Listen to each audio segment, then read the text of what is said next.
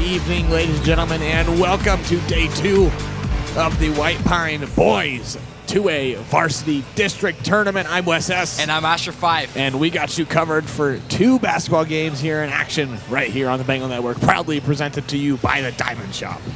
Yeah, so taking a look at the schedule and the bracket, it is going to be the Prairie Pirates first against the Logos Knights. So this is on the left side of the bracket. We're playing against the 2 losers of the tournament so far. Troy already out. They're the first team eliminated from the tournament, going 0 for 2 for the tournament so far. The loser of tonight's game goes home. Both games tonight go home.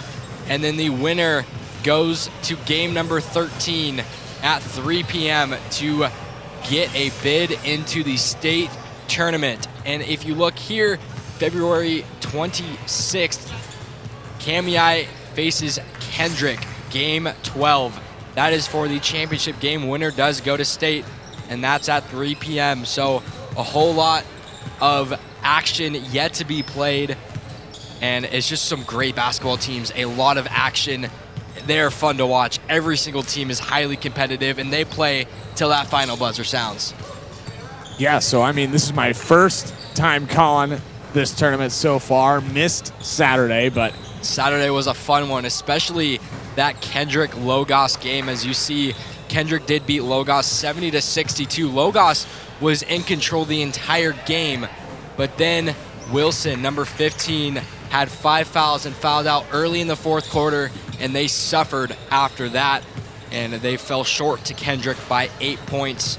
So Kendrick does move on to face the red-hot Kamiah Cubs, beating Lapwai on Saturday 59-35. And Lapwai is just known for their great basketball community, always such a high competitive club. But they will be playing at game 10 here after this game, facing the Potlatch Loggers. So we have the stage set, but none of it would be possible without our White Pine basketball tournament sponsors. First off, for Story Family Medicine. Story Family Medicine is a direct primary care clinic located in Moscow, Idaho, serving the Palouse. Founded by Dr. Rod Story, a broad certified family physician with 18 years of diverse medical experience, including the emergency room, hospital, hospice, and nursing home care. The clinic emphasizes on personalized and accessible health care. Now, Boyer Gravel. Boyer Gravel is a family-owned and operated business in the Lapwai area. For 47 years, we have delivered gravel all over the area to the Lewis-Clark Valley and all the surrounding communities. Give us a call Monday through Friday from 7 to 5, and we will give you a price and put you on the schedule. No job too big or too small. Give us a call at 208-843-2551. At Forge Construction, we don't just build homes, we deliver high-quality elite homes with a culture of hard work, leadership, and teamwork. Founded by Brad Covington, a firefighter with carpentry and excavation experience, we prioritize efficiency and accountability in every project. Just like in sports, teamwork and trust are key. From laborers to designers, we operate as one unit. Visit forgeconstruction.work. That's correct, .work. Big thank you to all of our White Pine sponsors. And under 30 seconds to go, the stage is set and tip-off is just underway. yeah, so a lot at stake tonight. As you said, both losers will go home with these 2 games. We got you covered right here on the Bengal Network with pregame warm-ups concluded. I believe we will have the national anthem, and then we will be set to go here tonight on the Bengal Network, proudly presented to you by the Diamond Shop. We will be right back for some White Pine action coming your way.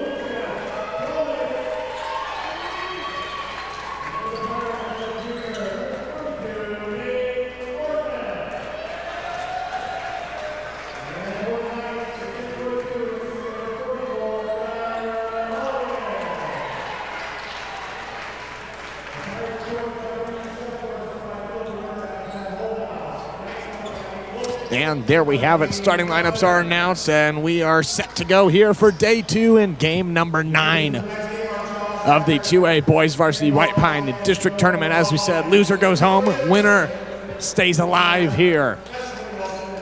Both teams looking to make it state berth here. They will have a very challenging run, but as you said, very talented teams in this tournament. Yeah, and the last time these two teams played was on February 1st, and Logos beat Prairie 45-36, so a pretty close game there. We'll see, with the stakes being so high, if there will be a different outcome. Let's see who doesn't crack under the pressure. So the Knights will get it right away, as that's number 5, Monjor. He'll look down to the far side corner for number 12, Daniels. Now look at the paint is no good on the 2 there, and a rebound there by number 2, Wimhoff. That's now far side corner all the way back to the top key is number 10, Schwartz. Now back over to Wimhoff. Excuse me, no, that's number 11. Briggs Rambo now to number 32, Forsman. A short handoff there to Wimhoff. Now to the far side. Open 3 is in and out there. And out of bounds, and it will be night ball.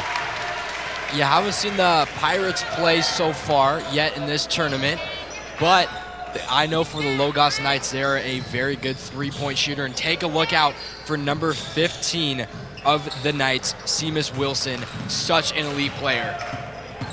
Wilson now will lose control, out of bounds, and it will be Pirate basketball. So now Wimhoff under the basket. He'll take it out now. Now he'll search, short pass over there to Schwartz, as Schwartz now will take it down for the Pirates. Schwartz moves, short pass, bounce pass over there to number 32, Forsman. Now he'll look near side corner there for number 4, Shears. Back over to Wimhoff, now up way beyond the perimeter, Schwartz. Top key, excuse me, no, that's number 11, Rambo. Rambo now spins, stops at the near side, far side block. Now he'll get out there to number 4, Shears. 5 on the shot clock as Shears now drives, up fakes, and good for the 2. What a move from Shears, fantastic footwork. Really using those 2 steps to the greatest of his advantage. A nice, savvy move. Wilson looking way down court. Not sure if he'll get there in time. He does, but trying to get rid of it, it goes out of bounds. Monjur kind of hobbling a little bit, favoring that left knee. Maybe landed on that a little weird, but he's staying in this ball game. Shears now taking it across the half-court line, so now he'll stop. Now gives in there to Forsman. Forsman now looks. He'll find number 2, Wimhoff. Wimhoff now dishes back out there to Schwartz. Schwartz back over to Shears. Shears now stops at the wing. Dishes out there to number 10, Schwartz. And now a travel will be called on number 10, Phil Schwartz. Yeah, that aggressive defense from Wilson really rushed that Pirate. I think forcing that travel, I believe that aggressive defense is what caused that one. So now Wilson will have it for the Knights. So call for a screen. He gets it. Now takes it top of the key. Floats one up at the free throw line, and that one's good for 2 for Seamus Wilson. And Wilson can just do that all game long, creating his own shots, and the pull-up mid-range jumper is his specialty. And now there's number 44, Gunnar Holloway, to draw the offensive foul. Foul there on number 4, Riley Shears. Great job taking that foul, sacrificing his body, and getting that offensive foul for the Logos Knights. Daniels now looks, finds Holloway. Now bounce pass to Wilson. Now one-arm zip pass over there to number 33, Gomez. Now kick it out, back out to Wilson beyond the perimeter. Deep 3 way downtown is no good. Looking for an offensive rebound. Nothing doing there, though, but it goes right there to Holloway. Now kicks back out to Wilson, trying to look for a bounce pass inside the paint, and now a foul will be called. Never mind. Jump ball. Wow. A little bit of contact there, but what a pass from Wilson to Comis. That connection. Comis really didn't look that open, but Wilson just put it perfectly where his defender couldn't get it. Schwartz now with it. He'll be guarded by Wilson as he'll take it across now. Schwartz now stops, looks over, finds number 32. Forsman now looking inside the paint for Wemhoff. Is up and no good on the two, trying to get his own rebound. He does. Now looking to kick out there to the Shears. It'll get away from him, and it will be Knight basketball. Both offenses really looking rushed so far, creating a lot of turnovers. But this Logos offense, from what I saw 2 days ago, they can really get in a rhythm. It just might take some time. Haven't seen the Pirates yet this season. Wilson now looks over, finds number 12 at the far side corner. That's Daniels. Now looking inside the paint. It's going to get ripped away from him there as Forsman's there with her. Now finds Schwartz. Now back out to Wemhoff. Now it's way beyond the perimeter for Forsman. Now looking inside the paint for Wemhoff. It's going to get away from him, and it will be Knight basketball. So low scoring so far. And it's just the forced passes that I've seen so far. And I've saw that a lot on the 3 games on Saturday. It just takes these teams a lot to get going in the first quarter, and then they really start stepping it up in the last 3. It just seems to take a full quarter for both offenses to get going. Now looking near side there for number 4, Sense, as that's inside the paint for Wilson, and good on the 2. Yeah, Wilson with 4 of the 4 Logos points. He's just such a good player, but he got in foul trouble last game on Saturday, so we'll see if he can keep his defense a little bit more clean tonight. Shears now looks, finds number 11, Rambo. Now finds Forsman, now short handoff there to number 10, Schwartz. Schwartz now stops, kicks it back out to Shears. As now he'll take it in, drives, now steps out, fadeaway 2 is no good there. And now Wemhoff with the offensive rebound, but trying to keep it alive. It gets away from him, and it's going to be off the leg of him, and it will be Knight basketball. Great board there by Wemhoff, just not very big compared to the other, but he's just showing some great aggression. As you saw that replay presented to you by the Diamond Shop. Led off of the knee, I believe, of Wemhoff, and it will be Knight basketball. Holloway will look. He'll find Wilson as the Pirates let off the pressure. As now Wilson will take it, now dishes to the near side, Daniels. Daniels now drives, stops. Going up for a 2 is no good. And the Pirates have it now. Schwartz will stop now, kicks over to Shears. Now looks near side there for number 5, Gehrig. Gehrig now stuck in the near side, gives it out there to number 2, Wemhoff. Wemhoff top of the key, he'll dish it back out there to Schwartz. Now he'll look, fades it in there to Forsman. Forsman now spins, stuck, nothing doing, now kicks out. Far side 3 is open, but no good. And a rebound there by number 5, Monjor. Now looking inside there, a great pass, but nothing doing there. Yeah, like you said, what a great pass, great transitional awareness, filling those lanes, just not able to finish that lane. So 2:55 left to go here. Take a look at that foul from number 33 of the Knights, Lucius Comis. Just kind of a little bit of an unnecessary foul, but only 1 team foul, so not worrying about the Pirates getting into the bonus. So we've been going for about 6 minutes now, and it's just been a low-scoring game. It's been a lot of back and forth, Asher. It really has been, and it's just a defensive battle, and the ball simply not going in the net. As you saw just right there, that was a great look, just a missed shot. Wilson will now have a hill drive. Fadeaway 2 is good for Seamus Wilson. Oh, man. Yeah, and he has 6 tonight, all of the Knights' points. He is so explosive, so shifty, able to make his own shots. He's almost impossible to guard. Now stuck, he'll find Wemhoff. Now looking inside the paint for Schwartz. Schwartz now looks and will get fouled by number 24. Oscar Covington. Take another look at that replay brought to you by the Diamond Shop. Kind of got bailed out a little bit by Covington. I think he was going to fall anyway, but that contact just kind of exaggerated it. Riley Shears there on the 2. A great backdoor cut by him is now, oh man. That was insane. I'm still trying to process what just happened right there. Yeah, just as that ball went out of bounds. But how about that athleticism? Yeah, let's take another look at this. Able to get the steal and save it, and having that athleticism to get behind the back and leave the ball in bounds. But unfortunately, Wilson was able to retain possession easily. But what a move.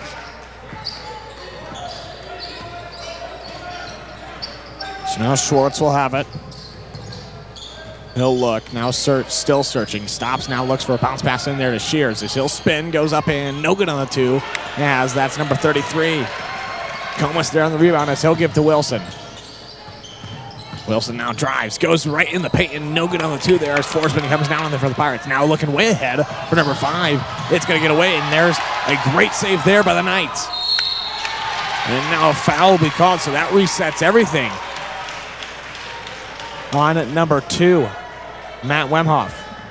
Yeah, we've seen a lot of saved balls recently, and just great athleticism and just a whole lot of hustling. You just love to see that. Great aggression, and both of these teams really want this win. As Comas looks, now he'll dish over to Brower. Brower now on the near side, takes it back to the top of the key as he'll drive in. Up and no good on the 2. That's an offensive rebound, up and no good as well. And now it's going to find a Pirate.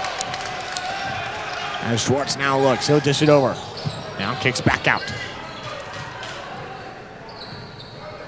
Forsman now top the key, gives it back over to Schwartz.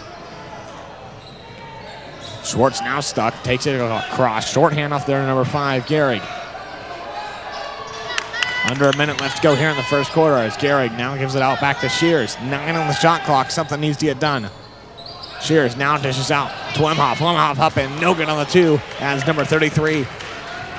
Lucius Comas comes down with it. Just another good look and a great offensive possession, just not ending in any points. Whitley drives in, gets rejected there by Forsman. So now shot clock is non-existent in the first quarter as Shears will take it down slowly. Looking for a last shot here. Shears drives, goes up and no good on 2 as Wilson comes down on it. As Wilson will drive down, puts it up at the last second, and no good on the half-court shot there. So that will do it for the first quarter. A total of 10 points scored. That is something you don't see too often. Yeah, I believe that Kendrick Logos game, that 7 o'clock slate game, it was 4-4 at the end of the first quarter. So, yeah, not really out of the ordinary, honestly. And that it seems like it's out of the ordinary, but these defenses are just so good, and it really just takes these offenses a while to settle in and really get a rhythm going. But a person who does have a rhythm going is Wilson. He is just such a good player, shifty, athletic, able to make his own shots. Yeah, 6 of the 6 night points. So we'll see what both teams can get going here in the second quarter. And this second quarter is brought to you by Story Family Medicine.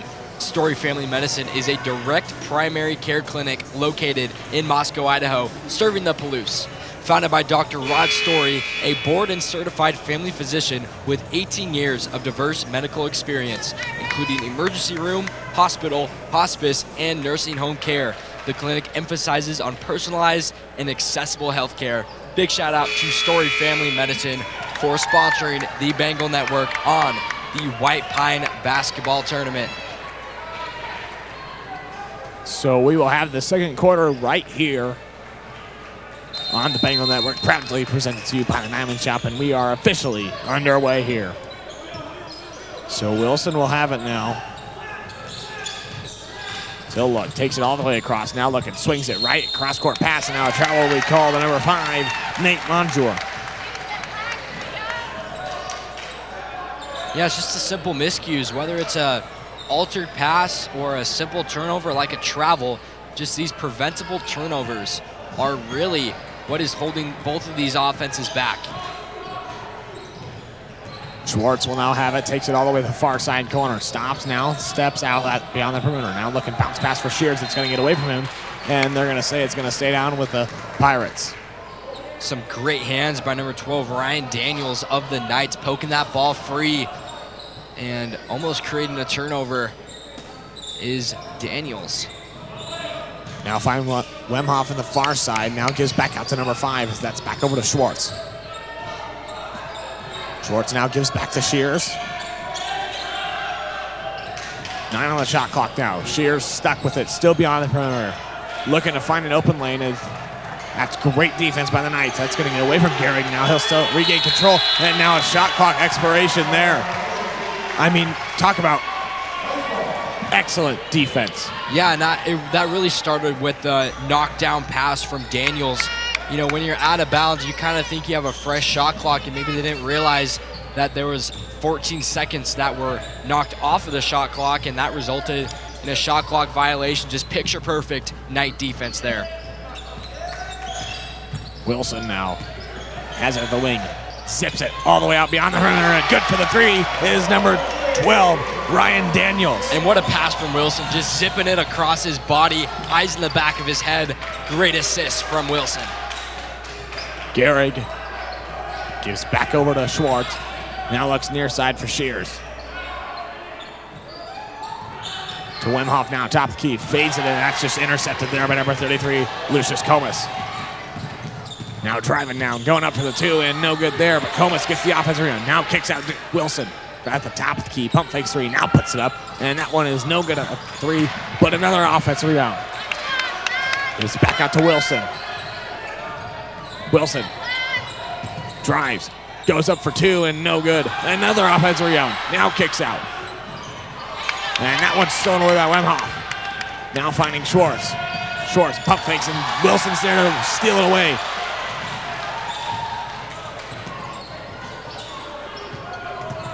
So now Wilson will have it. He'll fade away at 2, and good.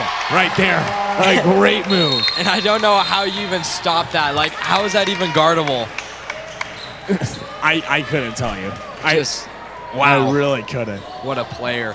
This timeout brought to you by Story Family Medicine. Story Family Medicine is a direct primary care clinic located in Moscow, Idaho, serving the Palouse. Founded by Dr. Rod Story, a board and certified family physician with 18 years of diverse medical experience, including emergency room, hospital, hospice, and nursing home care. The clinic emphasizes on personal and accessible health care. Another big shout out to the Story Family Medicine for sponsoring the Bengal Network.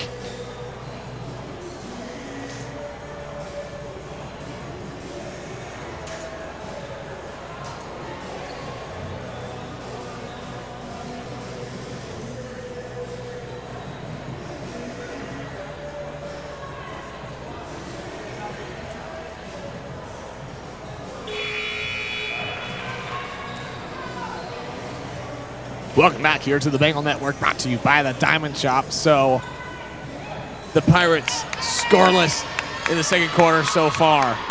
The Knights looking red hot right now. I don't know if you'd brought it all the way to the Knights, but Wilson is for sure looking hot. But yeah, a couple players knocking down some shots, but Wilson, without Wilson, I mean, it'd be 2-4. Crazy what Wilson can do on the court. Such a generational talent. Gehrig now searches in the near side corner. Now looking for a bounce pass, is intercepted there by Daniels. As Daniels takes it now finds Montre. Back to Daniels, is up and no good on the 2, and a rebound there by Gehrig. He'll give over to Schwartz now as he'll take it down. Schwartz now looks, dishes it, intercepted by Daniels. For the Knights as he'll find number 44, Holloway.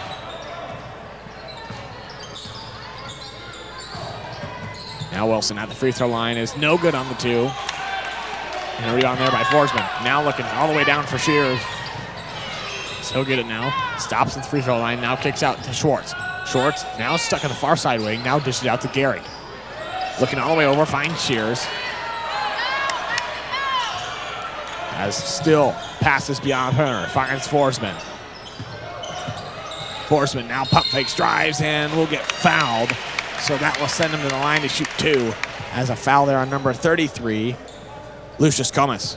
Yeah, as you mentioned before, passes only around the perimeter. I mean, the only time they got it inside the paint is when Forsman drove in himself. And just, it's so important getting the ball inside, and then that allows the ball to get kicked back out for a wide open 3, and just a lot more opportunities get open when you get the ball inside the paint.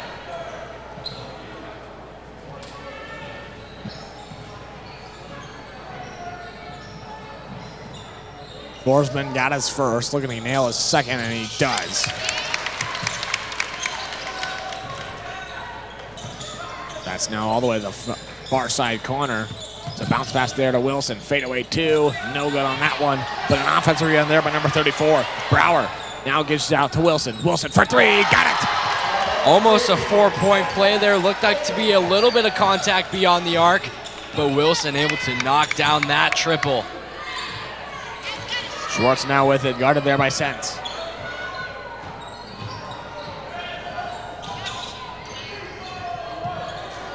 That's down to Forsman. Forsman now dishes out all the way to Shears. Shears still with it. Fadeaway 3 is no good there. Rebound there by number 33, Comas. Great job by Shears using that screen. That 3-pointer just a little bit too strong. That's down to Sens. Deep 3, got it! Sens coming off the bench. He's such an elite 3-point shooter. Hit a couple clutch 3s against Kendrick, putting them right back into that game. And a big-time deep 3 from Sens there. It'll be a full timeout. And this timeout is brought to you by Boyer Gravel. Boyer Gravel is a family-owned and operated business in the Lapwai area.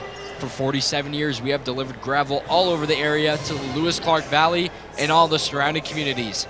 Give us a call Monday through Friday from 7 to 5, and we will give you a price and put you on the schedule. No job too big or too small. Give us a call at 208-843-2551. Big thank you to Boyer Gravel and all of the other sponsors of the White Pine Basketball Tournament. Again, brought to you by the Diamond Shop. Wouldn't be possible without all of these sponsors. This sponsorship helping us toward our Nationals trip coming up in May. So a big thank you to all of the sponsors making that possible. And if you're watching at home and you want to support our national trip, feel free for a super chat. It is a great way. It all goes towards students. This is a student-led broadcast, so it's all going to go towards us getting the opportunity to go to nationals. Absolutely. A fun week ahead of us, Wesley. We're streaming Monday, today, Tuesday, Wednesday, and Thursday. Most of it is White Pine, but just some great basketball this week. And it's all playoff basketball, so for free on the Bengal Network. So, I mean, yeah, just fantastic gameplay. That's now a foul call. Then, if it's in this gym, it is live on the Bengal Network, brought to you by the Diamond Shop. Any event in this gym, we got you covered. As you see a replay there, brought to you by the Diamond Shop of the foul. Yeah, and that foul was after a shot. So after the shot foul, 2 team fouls on Logos, none on Prairie. So right there, an offensive foul on number 2, Matt Wemhoff.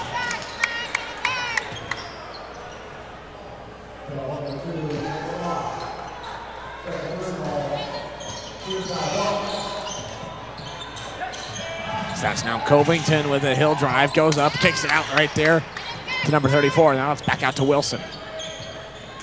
Wilson now moves beyond the perimeter. There's hill drive now, looking there inside for number 40. Out of bounds, it's going to be off there, number 40. Titus Jankovic. Yeah, and if Wilson isn't taking a shot for himself, then he's setting up his teammates. A great leader gets some great looks for his teammates and making them better. Gary dishes over there to Schwartz. Now back over to Shears. Shears kicks it back out as that's now Schwartz searching. And now a kickball violation on number 15, Seamus Wilson.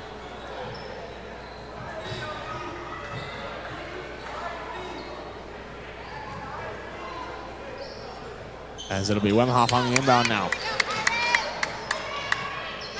Wemhoff will look as he'll dish it out to Schwartz.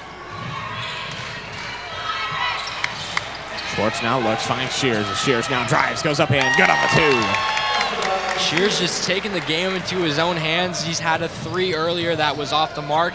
Responds with a lay-in of his own. Sense now might have an open lane. Spins, now kicks out to Wilson.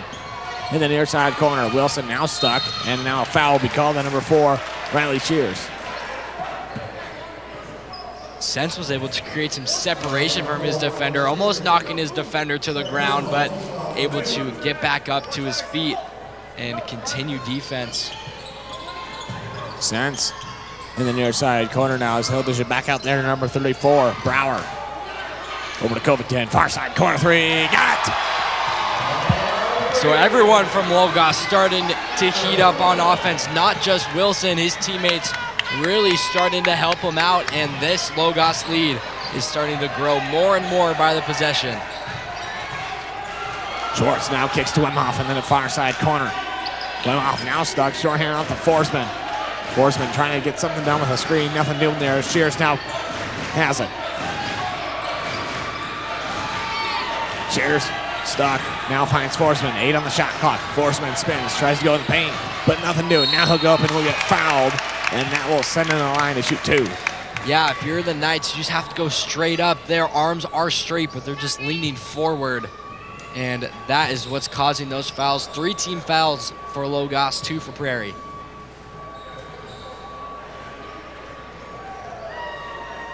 So it'll be Forsman's second appearance at the line with 1:44 left to go here in the first half.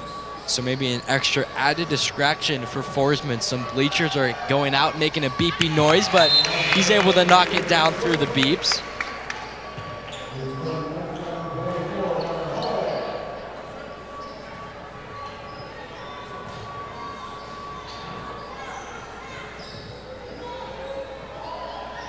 Forsman's second is up and no good, and Wemhoff was just there to swat it away right into the wall, I guess you could say. I'm not sure what was going on there. I don't know the thought process behind that, but acted as a Logos rebound.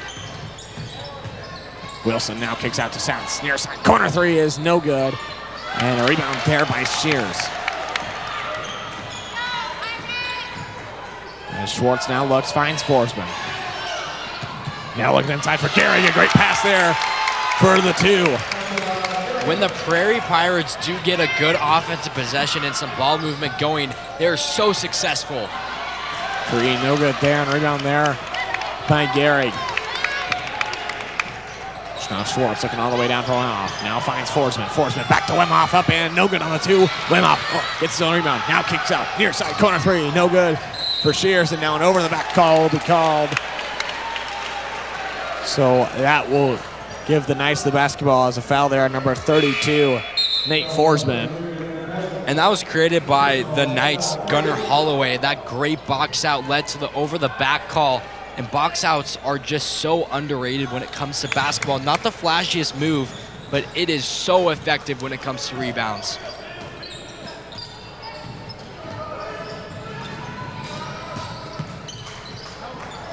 So that's now Monger trying to regain control. He'll dish it back out to Wilson. Her 3 is no good. A rebound there by Shears.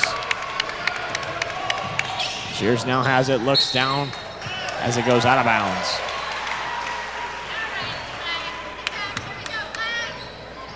So it will be night basketball here with just 33.1 seconds left to go here in the first half. Very quick second quarter. That first quarter seemed to last a while, but second quarter flew by. Daniels for 3, got it! And what else is flying is these three-pointers for Logos. They're just letting them rip, and they have been going in. 23 points for the Knights. Shears now with the top of the key. 3 left to go. He'll drive, go up, and no good on the 2. Put back is no good as well, and that will do it for your first half. So your score right now, 23-11. Yeah, these Knights just look to be at a whole nother level offensively than the Pirates. Both defenses, I think, at a very similar level. It's just the three-point ability for the Knights is just way too strong for the Pirates, but we'll see what that halftime game plan is. But until then, enjoy some words from our sponsors, and we will get you ready for some second half action coming your way right here on the Bengal Network. Proudly presented to you by the Diamond Shop. We'll be right back. Astoria Family Medicine is really different than your usual practice. It's a direct primary care clinic. You might not know what that means, but direct primary care is basically saying, how can we make the care between a doctor and a patient, the relationship, more simple so that it works better? Everything that you do when you see a doctor is really cared for by a single monthly fee. Growth means that we can be healthier all over. Healthier as in keeping the right number of patients for the right doctor. Really never getting so big that you can't know your doctor and your doctor can't know you. We want to be different.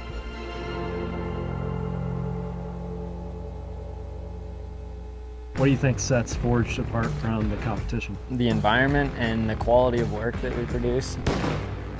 I think that we can really hone in on somebody's specific wants with whatever they're wanting to build and want the end result to look like. It's really nice to have a group of people that work really well together, along with our project managers are really good at working with the customer as well. And I think it's a really special place to work, that's for sure.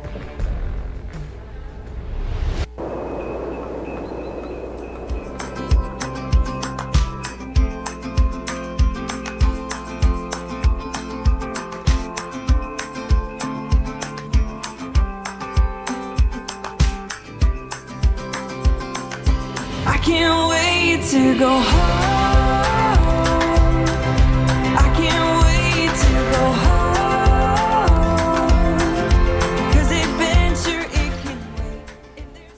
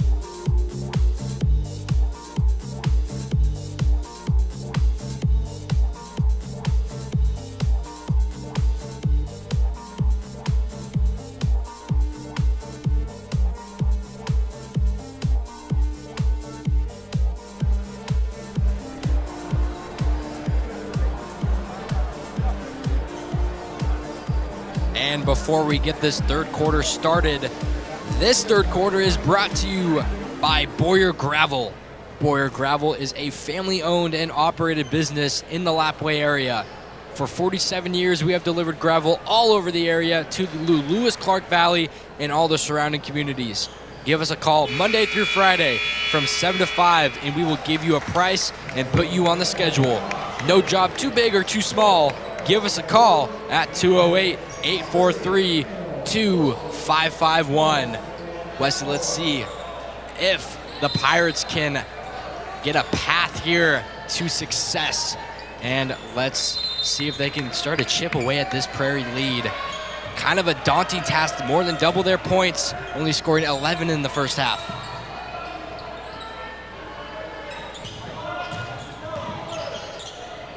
So it'll be Schwartz with it now in the near side corner. He'll bounce pass over to Shears. Far side corner three is open. That one's short, but able to keep it alive.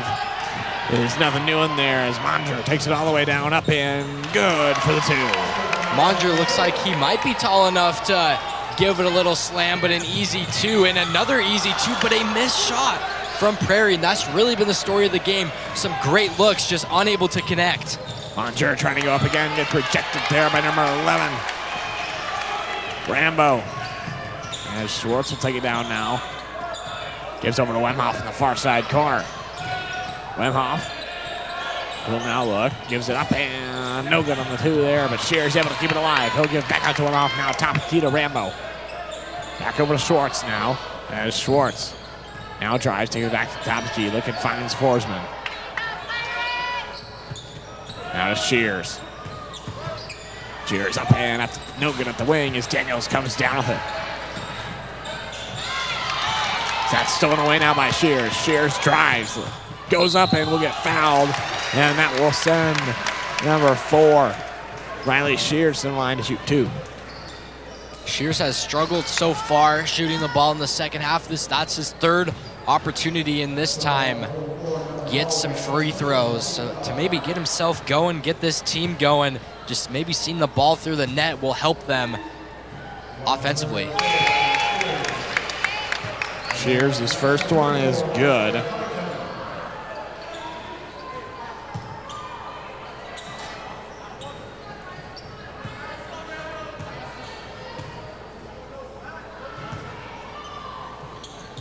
As his second is good as well. As Covington now gives it out. He'll take it down for the Knights. Looks over to the near side for Wilson. Wilson now takes it around. One-handed pass to Covington. Far side corner. Puck fakes now, drives, goes up and go good on the two. Offensive rebound. It'll go up and will get fouled. Lucius Comas there to draw the foul on the two, and that will set him in the line. Lots of contact inside the paint on that two, but no foul called. But then when Covington went up, a whistle blown, and he will go to the line. Foul there on number 11, Briggs Rambo, as Comas nails his first.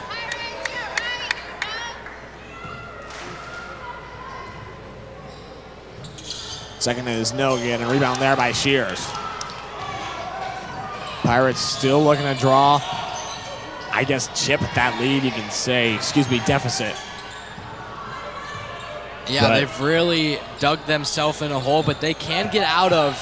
They just have to get something going, and maybe these trips to the line that Shears has been having recently. I mean, I know this is only his second trip, but recently that's how they've gotten some points on the board, and that might be the trend here in the second half.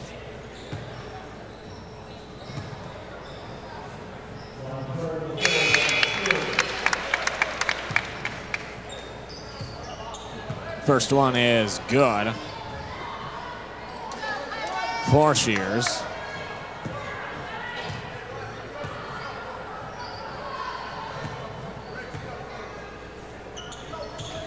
Yes, his second is up and good as well. So now Wilson will take it, finds Holloway.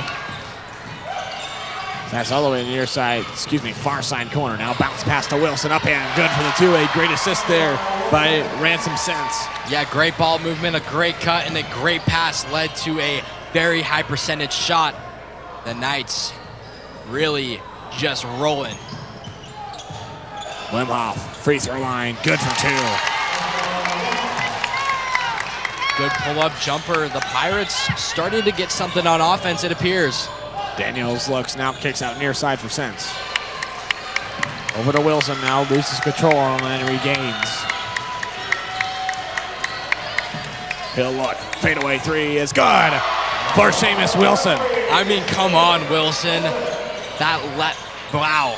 That sidestep jumper 3, fading away as you mentioned, just so good. Forsman there on the intercept, Holloway.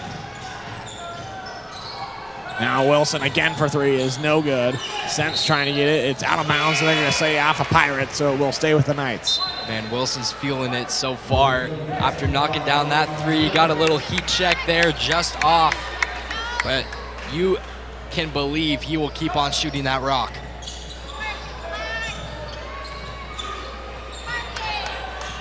Wilson, lob pass out to Daniels, and now a foul will be called on the number 10, Phil Schwartz.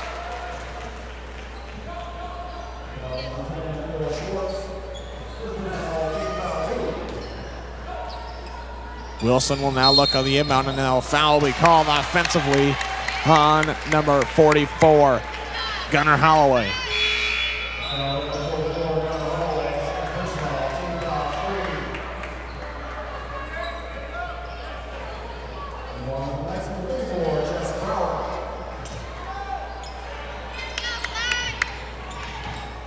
Now that's out to Schwartz as he'll dish it out there to number 11, Rambo. Now finds Shears, now dish out Forsman. Forsman now looks, now back over to Schwartz in the near side corner. Schwartz now looks, takes tap key for Rambo. Almost gets intercepted, but he'll regain. Rambo, short hand out to Shears. Deep 3, short. And that's going to go right to Daniels. He might have a fast break transitional offense opportunity here. It's up and good for the 2. Yeah, without any numbers, Daniels will take it himself with a head full of steam, and he finds himself open underneath the hoop. And now a timeout will be called by the Prairie Pirates. And this timeout is brought to you by Forge Construction. At Forge Construction, we don't just build homes, we deliver high-quality, elite homes with a culture of hard work, leadership, and teamwork. Founded by Brad Covington, a firefighter with carpentry and excavation experience, we prioritize efficiency and accountability in every project. Just like in sports, teamwork and trust are key. From laborers to designers, we operate as one unit. Visit forgeconstruction.work. That's correct, .work.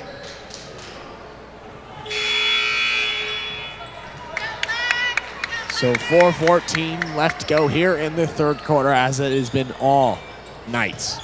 Yeah, no question. That offense from the Knights, that ball movement, the shots obviously from Wilson, they're knocking down.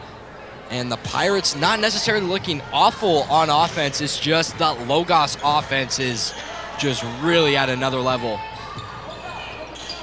Shears gives to Gehrig. So that's down to Forsman looking inside, now kicks out Shears. Far side corner, pump fakes 3, now drives, goes up and no good on the 2. But maybe an offensive rebound. Wimhoff's there, keep it alive. Now he'll look, kick out to Gehrig. Now Wimhoff, far side corner 3 is no good on that one as Wilson comes down for the Knights. Takes it down fast, now kicks, looking there for number 5. Manjur goes out of bounds. Saw the vision from Wilson. He was looking at Manjur, but then just couldn't quite deliver it to him over the head, and that led to a turnover.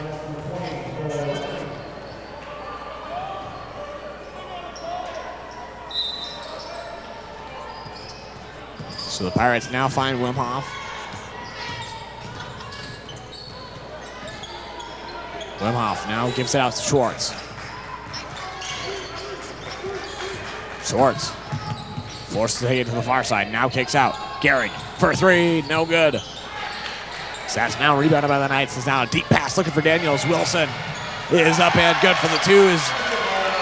Ryan Daniels, so a great assist there by Seamus Wilson. Yeah, and it's just the Pirates not getting back on defense. It's quite as simple as that. After you create the turnover, you can't dwell on it for a split second. You just have to sprint back on defense to not allow that fast break opportunity that just happened. Forsman now top of the key. Still look. Rambo now dishes out. Puck fake three. Gehrig, no good. Wilson trying to come down with it. It's out of bounds, and it will be tipped off him, yes. And it will be Pirate basketball. These shots that the Pirates are taking, they're so good. It's just they can't buy a basket. They're setting themselves up for success. Everything going good, except for when they shoot it. The ball simply just doesn't go in. Deep pass to Shears.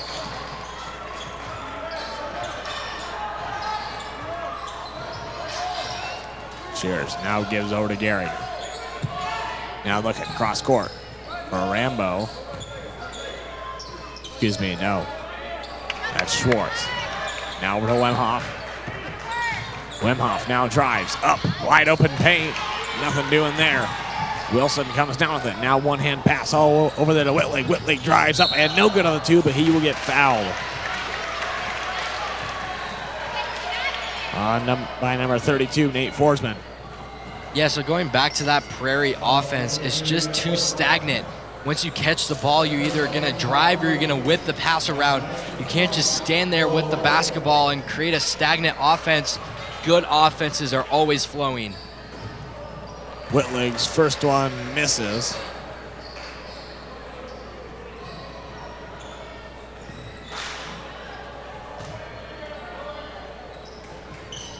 His second is good.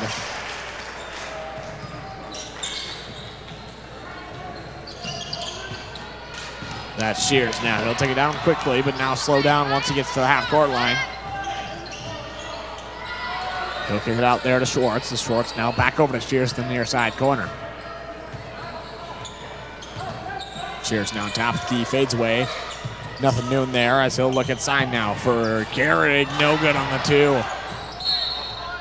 Out of bounds. It's going to be off number 5. Gehrig, and it will be, Knight basketball. Just such a beautiful backdoor cut, and then a pass that was delivered perfectly. Just another missed lay-in. It's just simple things that the Pirates aren't connecting on, and this is why they're down so big.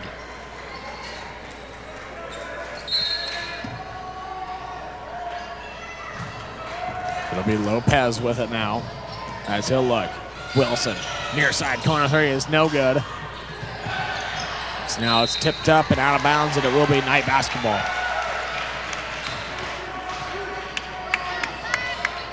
And if you're the Knights from now on, I would make a rule of a minimum of 6 passes, and then you can take a shot. You really don't need to take shots early in the play clock. Wilson now stuck, gives to Lopez. He'll dish her back to him. Now Wilson drives, goes up, and a foul on a man one. Just the dominance from Wilson continues. He just continues to knock down shots, creating shots for himself. No one can stop number 15. Foul there on number 2, Matt Wemhoff. That'll be his third, and he'll take a seat now. Wilson was in foul trouble against Kendrick on Saturday. Don't think he's committed a foul this game. Ended up fouling out early in the 4th. But just done a great job defensively and obviously offensively with all the points that he scored. Sensational. Shears now finds it, and it's just completely uneven now. Shears bounce pass to Gehrig. I mean, almost all the Knights were on the other side of the court right there, so, I mean, that's a great transition. And that might have been what the Pirates needed. Just a fast break opportunity to get a sense that they can score the basketball. And that ball's stolen again. Schwartz now, fast break. Goes up and no good on the 2, but he will get fouled. So here comes some light at the end of the tunnel for this Pirates offense. Finally, after a long, dark stretch of offense, finally getting something going. Pirates still have a long ways to go, down by 20, but they still have a whole other quarter and this minute 14 left to go here in the 3rd. As Schwartz's first one is good. In comes Daniels for the Knights, and out comes Lopez.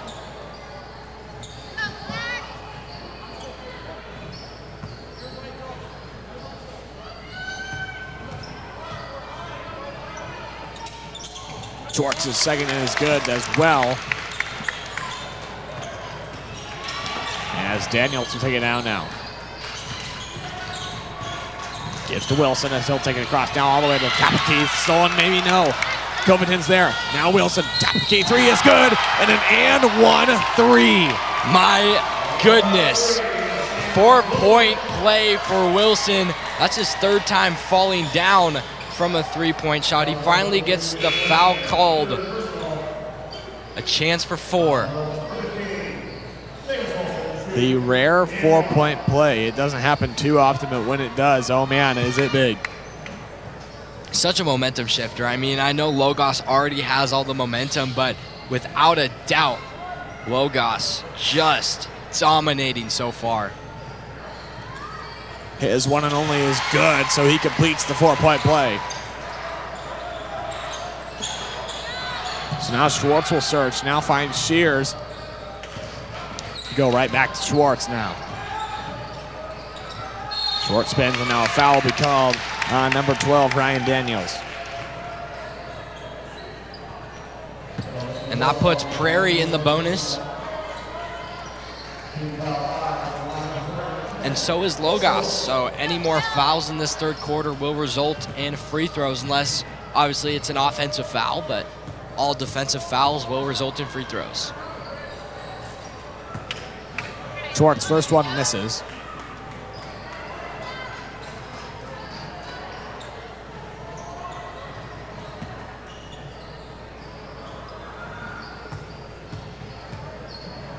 As his second new up and no good as well. But now an offensive rebound by Forsman. Now kicks out, and that just is rejected there by number 24, Baxter Covington. Yeah, just too slow of a shot release right there. Covington saw that shot from a mile away and has the height advantage. That's a block all day. So now Gehrig finds Forsman again. Under a minute left to go as Schwartz now has it, drives, goes up, and a foul, and an and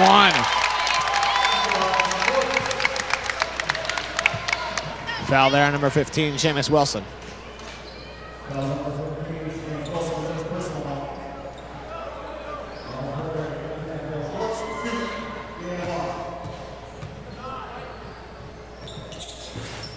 Schwartz's one and only is no good as number 34. Brower tried to come down with it, goes out of bounds. And it will be night basketball. So Pirates showing press, trying to get a quick turnover and get some more points on the board. Almost did so. Shear's able to get a piece of it, but it's a last touch by him, so it will be night basketball again.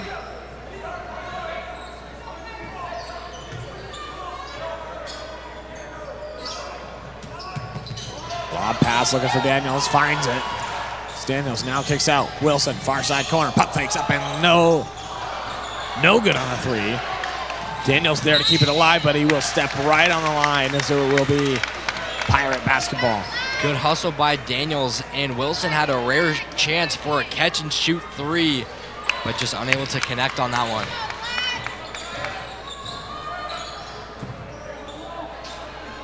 Gehrig looking inside for Forsman. He'll find him. Now he'll stop himself. Looking outside. Brower's there to intercept it.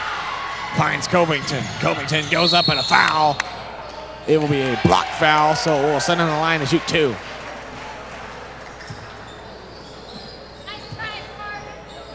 Foul there, number 4, Riley Shears.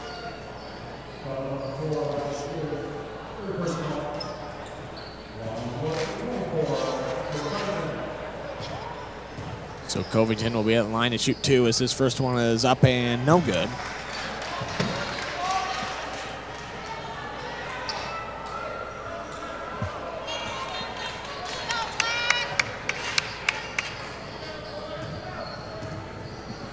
As his second is up and away and no good as well. So Forsman on the deep pass over to Gehrig. With 8 seconds left to go here in the third. Gehrig kicks out to Shears. He'll have 5 seconds left. Shears crosses over up and good on the 2 at the buzzer.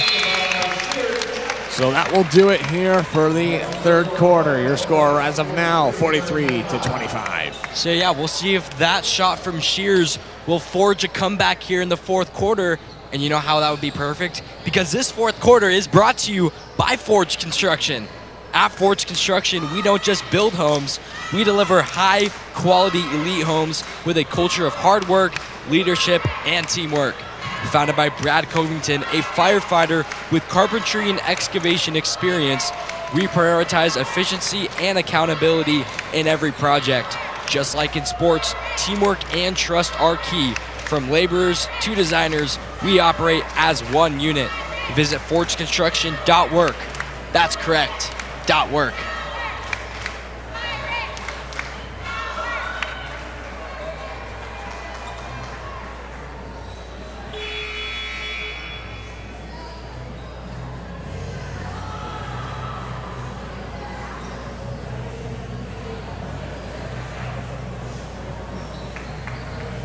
So now we are set to go for the fourth quarter here inside Lewiston High School. As we have live coverage of the 2A Boys Varsity White Pine District Tournament, all brought to you here on the Bengal Network, proudly presented by the Diamond Shop.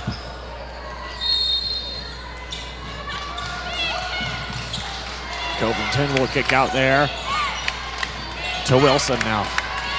Wilson will get a screen from Covington. Now looks right back to Covington. Now kicks out Daniels beyond the perimeter. Daniels drives up and good for 2. Yeah, that's that ball movement that Logos needs. Took some time off of the shot clock. Ended in a high percentage shot, and it just extends that lead and makes that lead by 20. Just such a devastating number to be down by.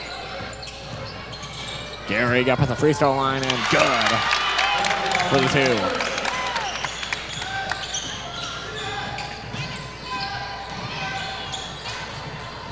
Wilson might have an open lane here. He'll go bounce pass over there. No good on the 2. And a rebound there by Shears. Shears. Guarded by Monjour. And he'll dish out to Gehrig. And now a foul will be called on number 24, Baxter Covington. His third personal. First team foul of this fourth quarter. 7:01 to go. Pirates just need to flip a switch on offense if they want to come back. Bounce pass, good. No good on the 2 there. I mean, that would have been that was a great pass and wide open. So. Yeah, they've just had golden opportunities all game to get high percentage looks that they have gotten. It's just, I don't know why they just can't finish. Forsman now. He'll dish it over to Gehrig. Gehrig now drives up and good for the 2. Nice reverse lay-in. He's really starting to cook for the Pirates, is Gehrig, and might be some momentum for the Pirates. Daniels offensive rebound gets swatted by Gehrig. As now deep pass looking for Forsman is touched by the Knights, so it will stay down there with the Pirates.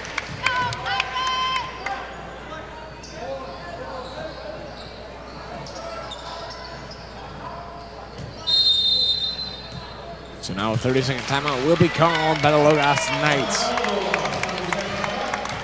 This timeout is brought to you by Story Family Medicine.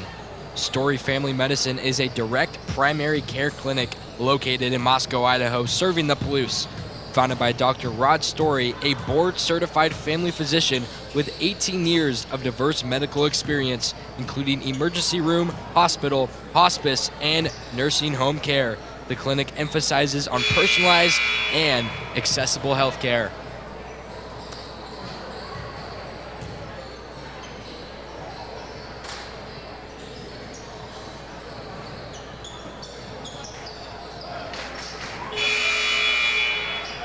So just 6:18 left to go here in the fourth quarter of game one of 2.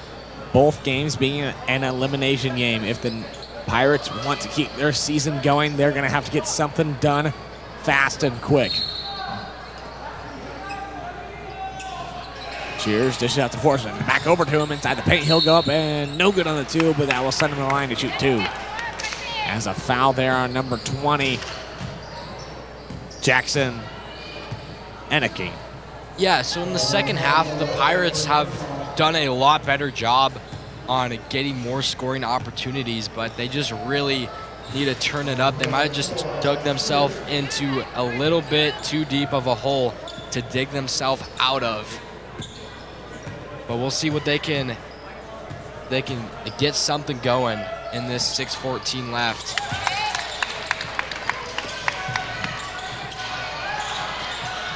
It's Whitleg.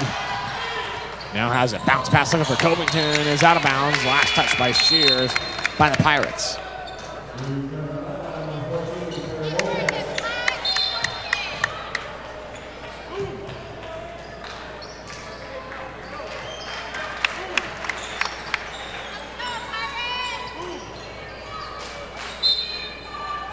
As a lot of substitutions come in for the Knights.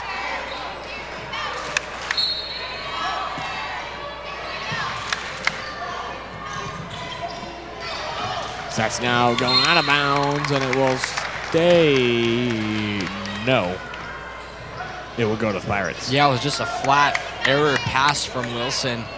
Tried to put it in the breadbasket of a Logos Knight, but just unable to get the connection down.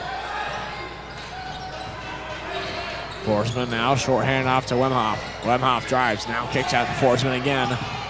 As now he'll drive, he'll go up and just gets rejected by an offensive rebound, and good on the 2 is number 2, Matt Wemhoff. That's now sent back over to Daniels. Daniels now kicks out to Lopez. Lopez spins, gives to Wilson. Now behind the pack, pass is intercepted there by Wemhoff. Wemhoff drives, goes up, no good on the 2, but now a foul will be called. A late foul that will send Matt Wemhoff to the line to shoot 2.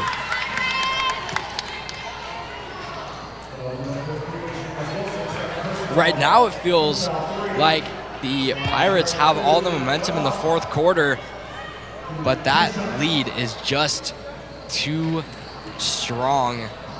Unless they can really keep this momentum going, I don't see a comeback, but 15 points in 5.5 minutes, absolutely doable.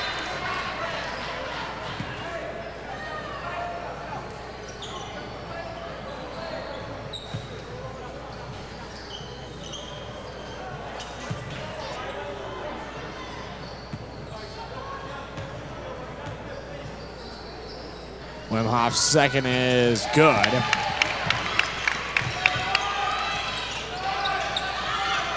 As Alloway now looking, gets away, but there's number 33.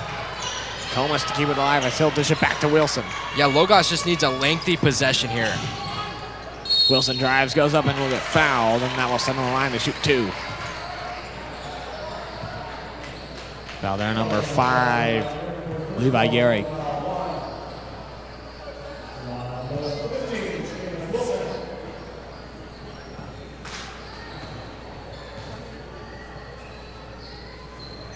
Wilson nails his first.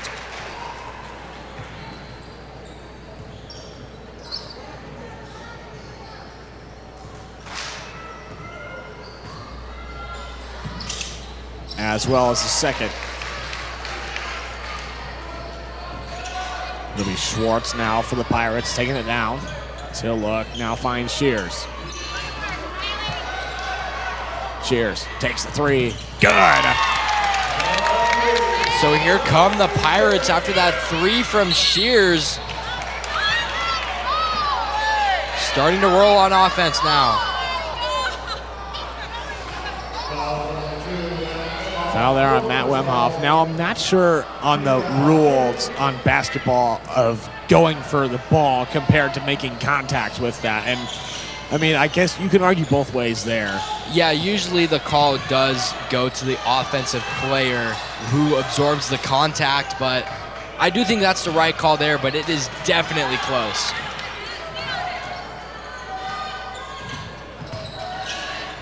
Holloway drives up and good for 2. That was a good possession for Logos right there. Wim Hof gives to Forsman, and he will get fouled. So I believe he will go to the line to shoot 2. There's a foul there on number 44, Gunnar Holloway. They are going to call it on the ground.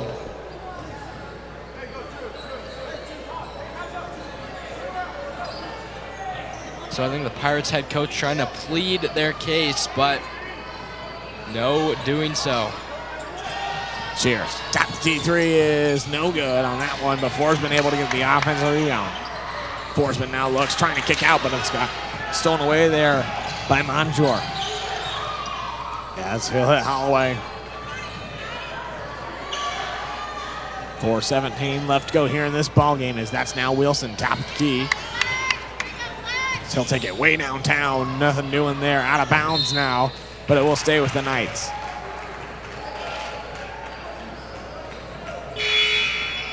As substitutions come in for the Pirates, as Rambo comes in and Wim Hof comes out.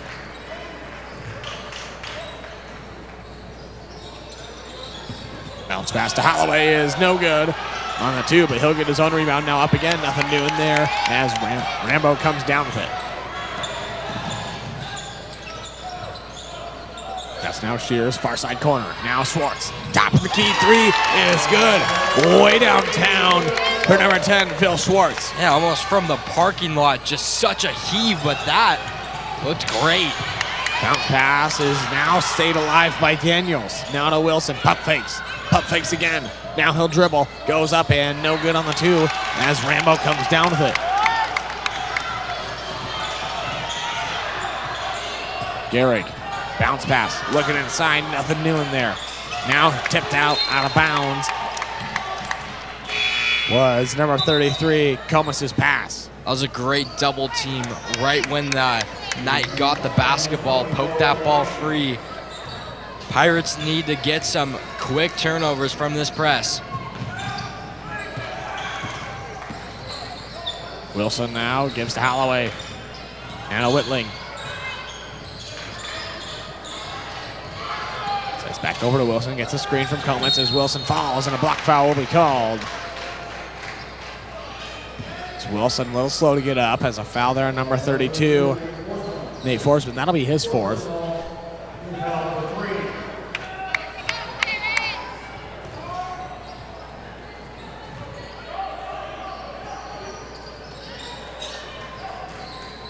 Wilson will now kill fine Holloway.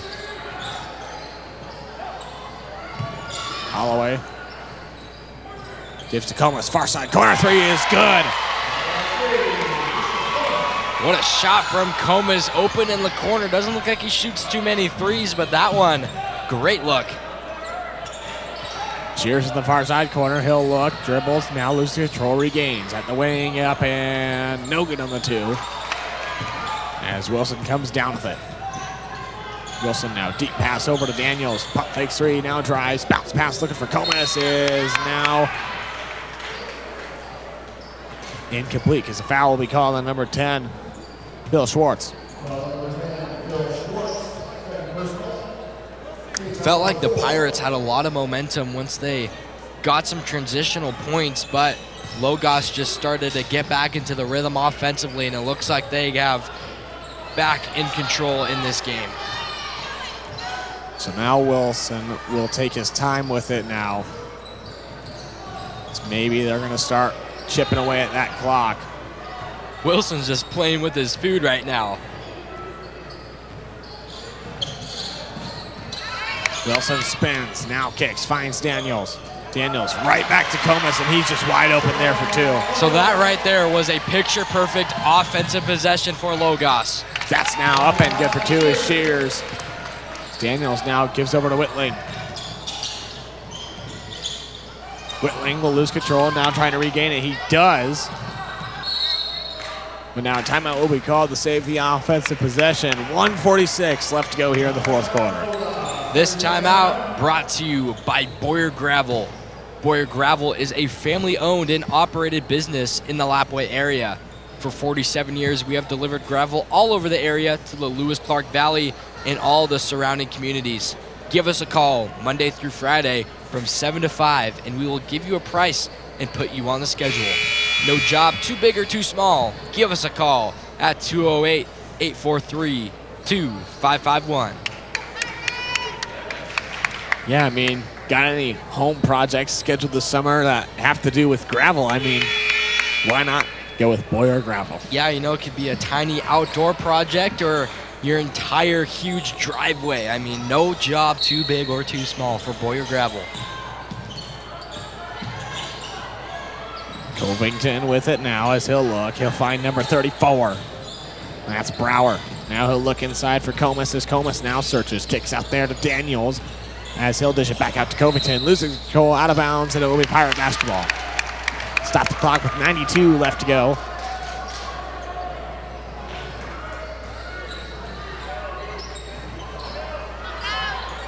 Gary for the Pirates will look. I mean, had lots of time there. No 5-second violation. So now Schwartz will give to Shears.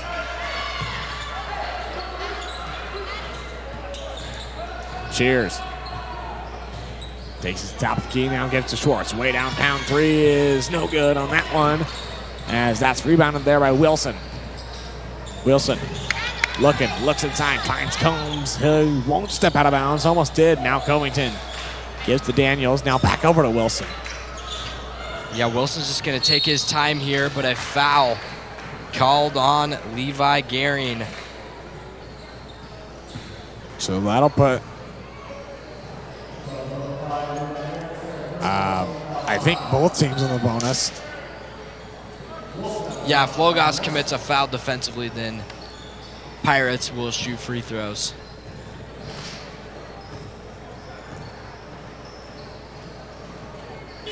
Wilson's first one is good. So now substitutions coming for both teams.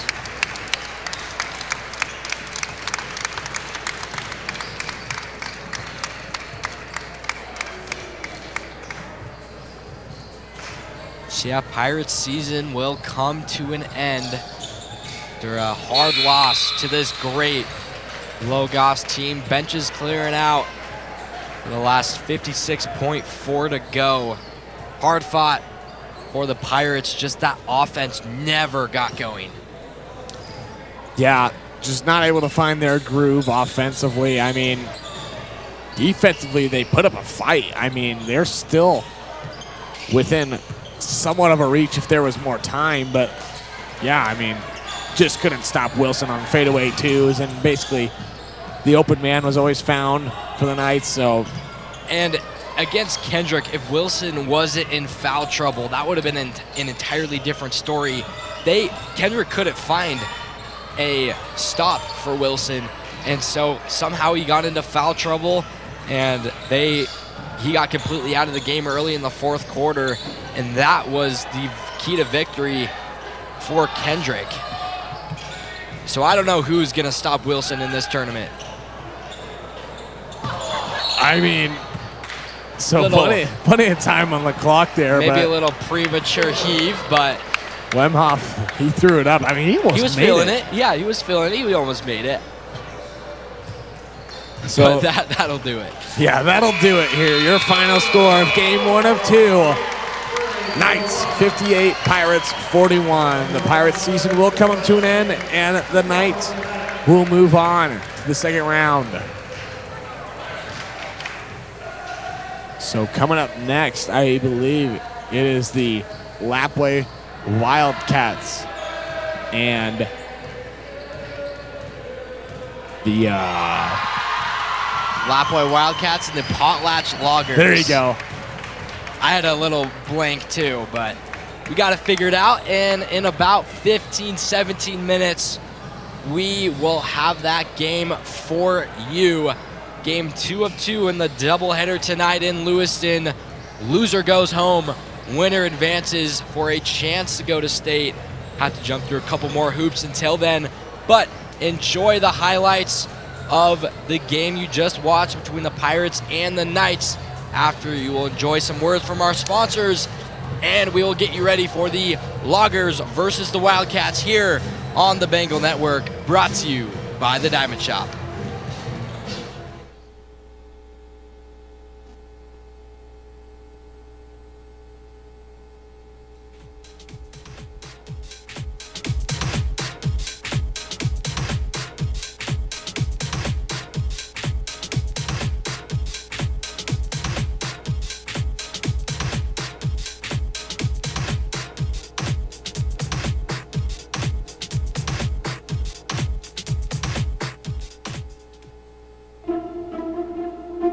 Story of family medicine is really different than your usual practice. It's a direct primary care clinic. You might not know what that means, but direct primary care is basically saying, how can we make the care between a doctor and a patient, the relationship, more simple so that it works better. Everything that you do when you see a doctor is really cared for by a single monthly fee. Growth means that we can be healthier all over.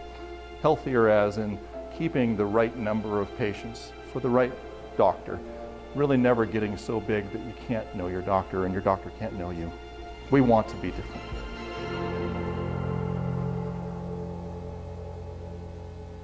What do you think sets Forge apart from the competition? The environment and the quality of work that we produce. I think that we can really hone in on somebody's specific wants with whatever they're wanting to build and want the end result to look like. It's really nice to have a group of people that work really well together, along with our project managers are really good at working with the customer as well. And I think it's a really special place to work, that's for sure.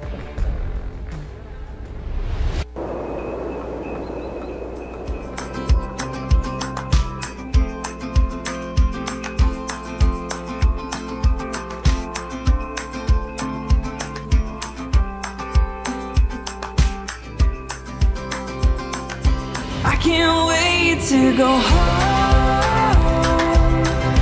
I can't wait to go home.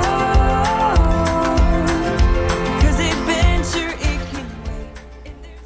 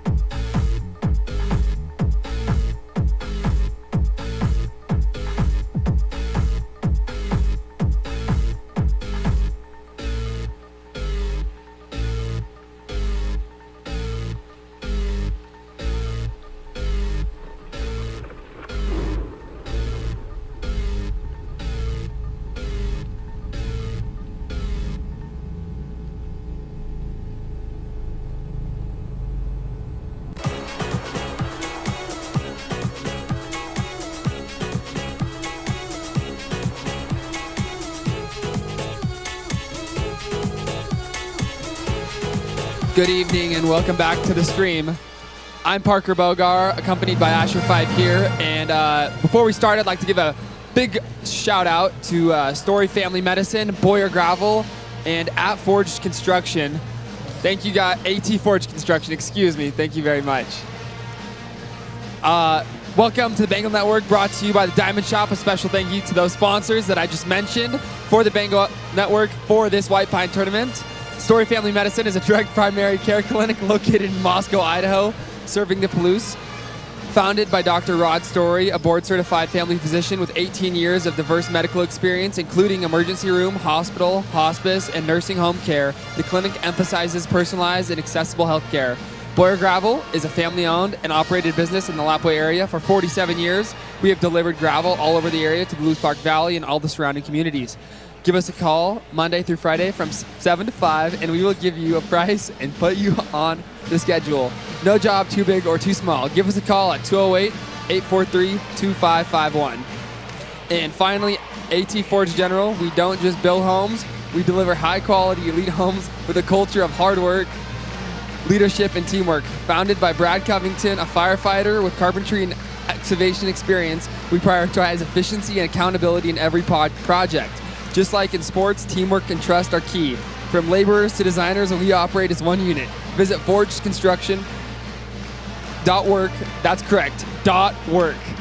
There we go. A big thank you to our sponsors of the White Pine basketball tournament on the Bengal Network, brought to you by the Diamond Shop. We are just seconds away from the starters being announced, and we will see you at tip-off for some more White Pine basketball. Loser goes home, winner advances. Lots on the line here tonight in Lewiston, Idaho.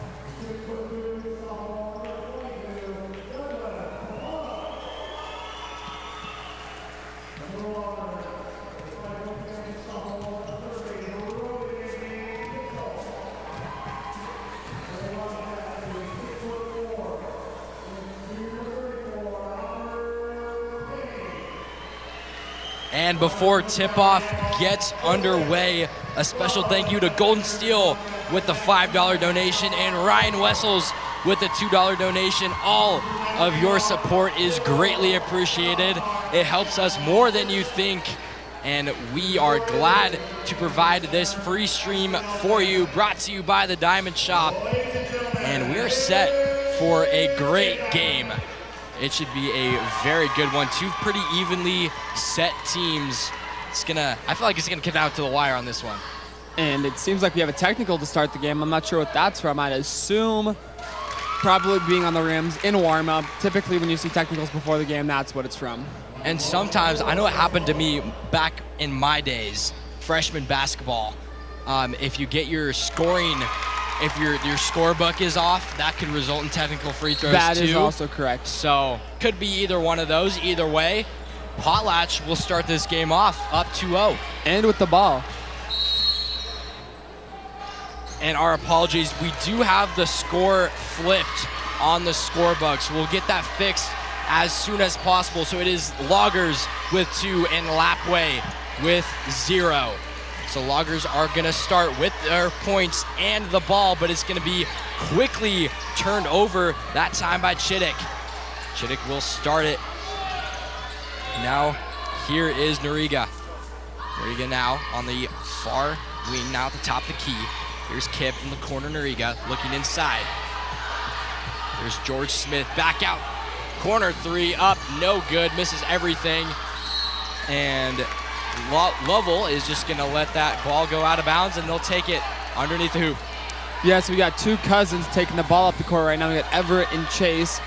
Everett being one of the seniors on the team, and Chase being a sophomore. So yeah, we'll see if that connection will be true for the Loggers here tonight. Both of them known to be the primary scorers and leaders of this Potlatch team. A drive in over to Lapwai defenders. That's up and good for Lovell. Really electric scorer he can be. Has the ability to get downhill, make a shot, hit one off the bounce, get a catch and shoot. So quick 4-0 lead for the Loggers. There's Noriga.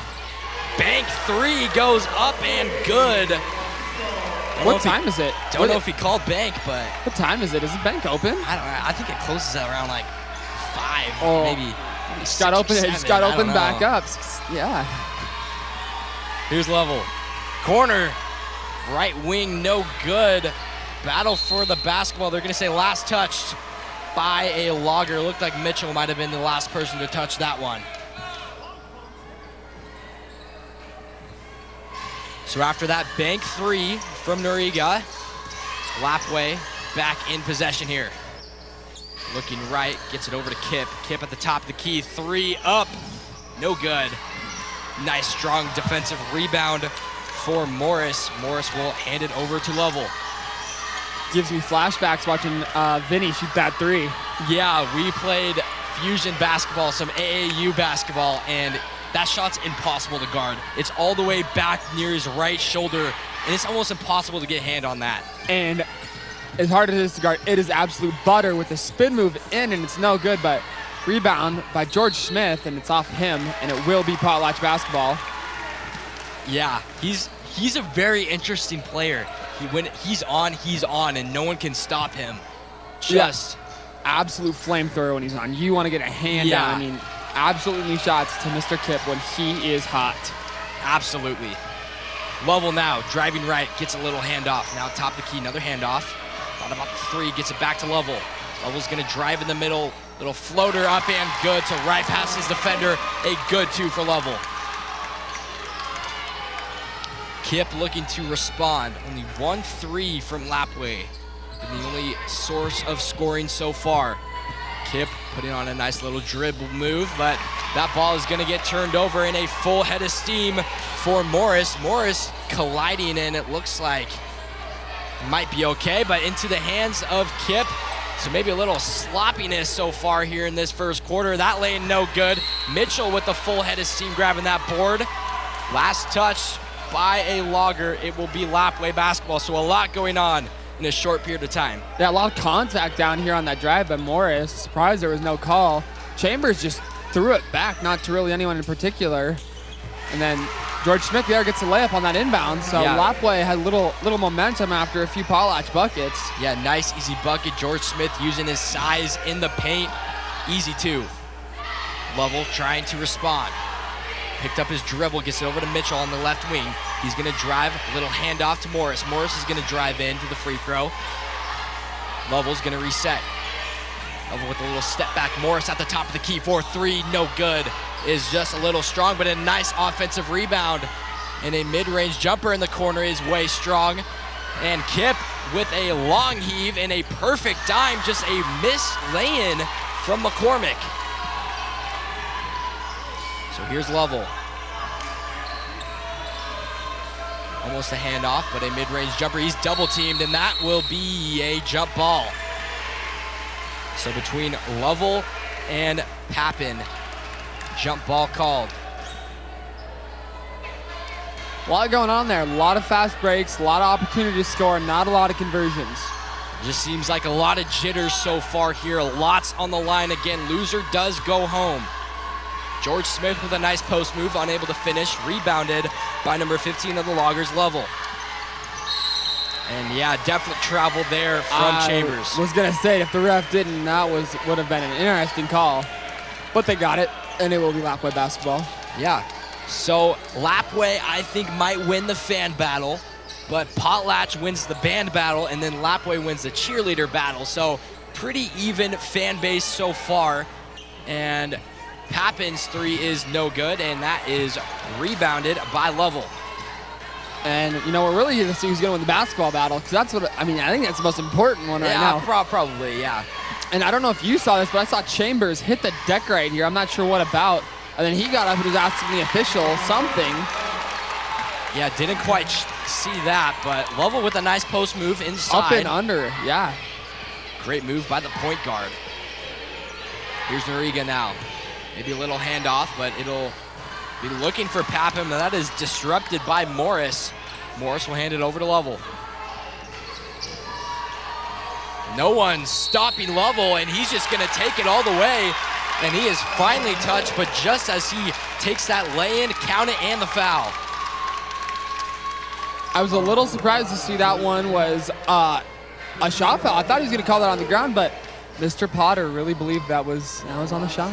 Yeah, Mr. Potter, an economics teacher here at the Lewiston High School, getting some reffing going here in the evening as Lovell is able to convert the three-point play. 2:40 to go here in the first quarter. Loggers up by 6. Here's Kip. Left wing, a little bounce pass to Pappen. Pappen's gonna drive in, a floater up and good. Able to sink in is Pappen's drive. Lovell now jogging down the court, guarded by Noriega. He's gonna drive left, take it back a little bit. There's Morris looking inside for Lovell, but Mitchell is gonna get it in the far corner. Mid-range jumper, that is gonna bank in for Chambers, so the bank still open. Don't know how late the bank stays open, but it is open for now. Yeah, it hopefully continues to, hopefully doesn't continue to stay open. I'm not a huge fan of the bank shot when it's unintentional. Right. Kip is gonna drive right, and it looks like an off-ball foul. No, on-ball, so that will be on Chambers. His first personal and the first Potlatch team foul.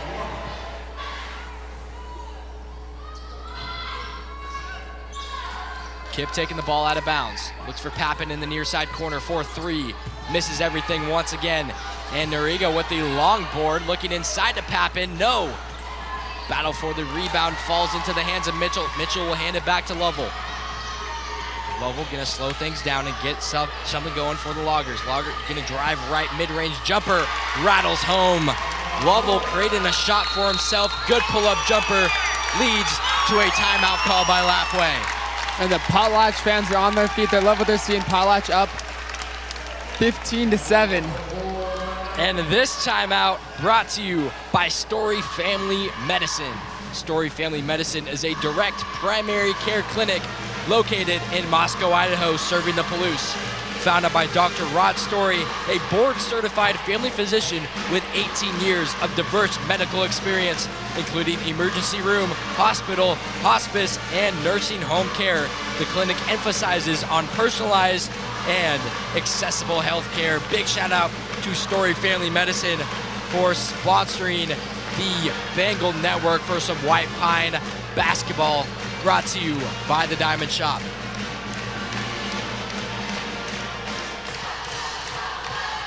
So Lapwai down by 8. You know, without Case Wynot this year, definitely seen a big plummet in terms of their record. still trying to stay in it and get a shot to go to the state tournament. But the chances are becoming smaller and smaller. Still a chance here tonight. They're one and only. Here's Noriega. Looking around, gets a screen from George Smith. Not going to use it. A spin move from Noriega up. No good, but a foul. That foul looks to be on number 4, Chase Lovell. Looks like they called it on 15, Everett Lovell. Interesting, as you saw that replay of the foul brought to you by the Diamond Shop. Wrong Lovell. You're halfway right. I mean, you had the last name. Yeah. You would have said Lovell. I mean, just could should have have got away said with Lovell, it. I guess, but The first free throw is up and good.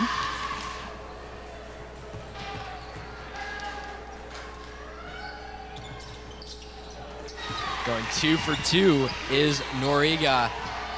Shortens that lead down. Lovell now. Couple screens, but not going to use it. Lovell in the corner. Now that's Morris. Morris trapped in the corner by, and that 3 is no good. Battle for the basketball. Kip trying it. Pappen ends up getting it in a wide open fast break, laying up. No good, but an offensive rebound from Kip, able to clean up Pappen's mistake. Up and good for 2, cuts the lead to 4. And as our coach is famously always telling us, we have to pick up the ball with 2 hands. It's a must-have. When you have a loose ball, you cannot try and dribble it. Pick it up with 2 hands, secure the ball. The possession is worth more than trying to make the hero play. So here's Lovell now. Good defense from the Wildcats, but a great move by Lovell. In and good for 2. Great offense beats good defense. Looking in for George Smith, hits the rim and into the hands of a Logger, but a hard foul there. Looks like it's going to be on Kip. Yes. Tons of time left on the clock. Looks like Morris was way too sped up there for how much time was left. He had the ball with like 8 or 9 seconds left and coming down like he's only got 3 or 4. Yeah, and what we saw from the last game, there was a full court heave with about 7 seconds left. I mean, the game was over at the time, but I mean, you could have taken 3 or 4 more dribbles to get a better shot. And that shot is rejected by George Smith, sending a statement out of bounds. Potlatch still with 1.9, enough for, I mean, a catch, a shot, a catch, a dribble and shot, catch and pump fake and shot. Like, they are not limited to anything here. Absolutely. Great look there, but that will be no good. So after 1, it is Lapwai 11, Potlatch 17. A pretty close game so far. Both offenses still trying to settle in, but that Logger offense really looking pretty strong. Yeah, definitely. And Chase being the centerpiece of it, I don't know how many he has. You don't have it up there tonight, but it has to be the majority for the Loggers so far. I mean, his downhill attack has by far been the best. He's had a few mid-range pull-ups, which he's made so far, but you can't win a game on those. So if they want to continue this offensive attack, they're going to need to find ways to score at the rim and score behind the arc. This upcoming quarter is brought to you by Story Family Medicine. Story Family Medicine is a direct primary care clinic located in Moscow, Idaho, serving the Palouse.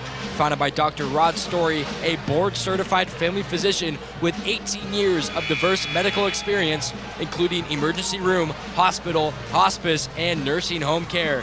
The clinic emphasizes on personalized and accessible health care.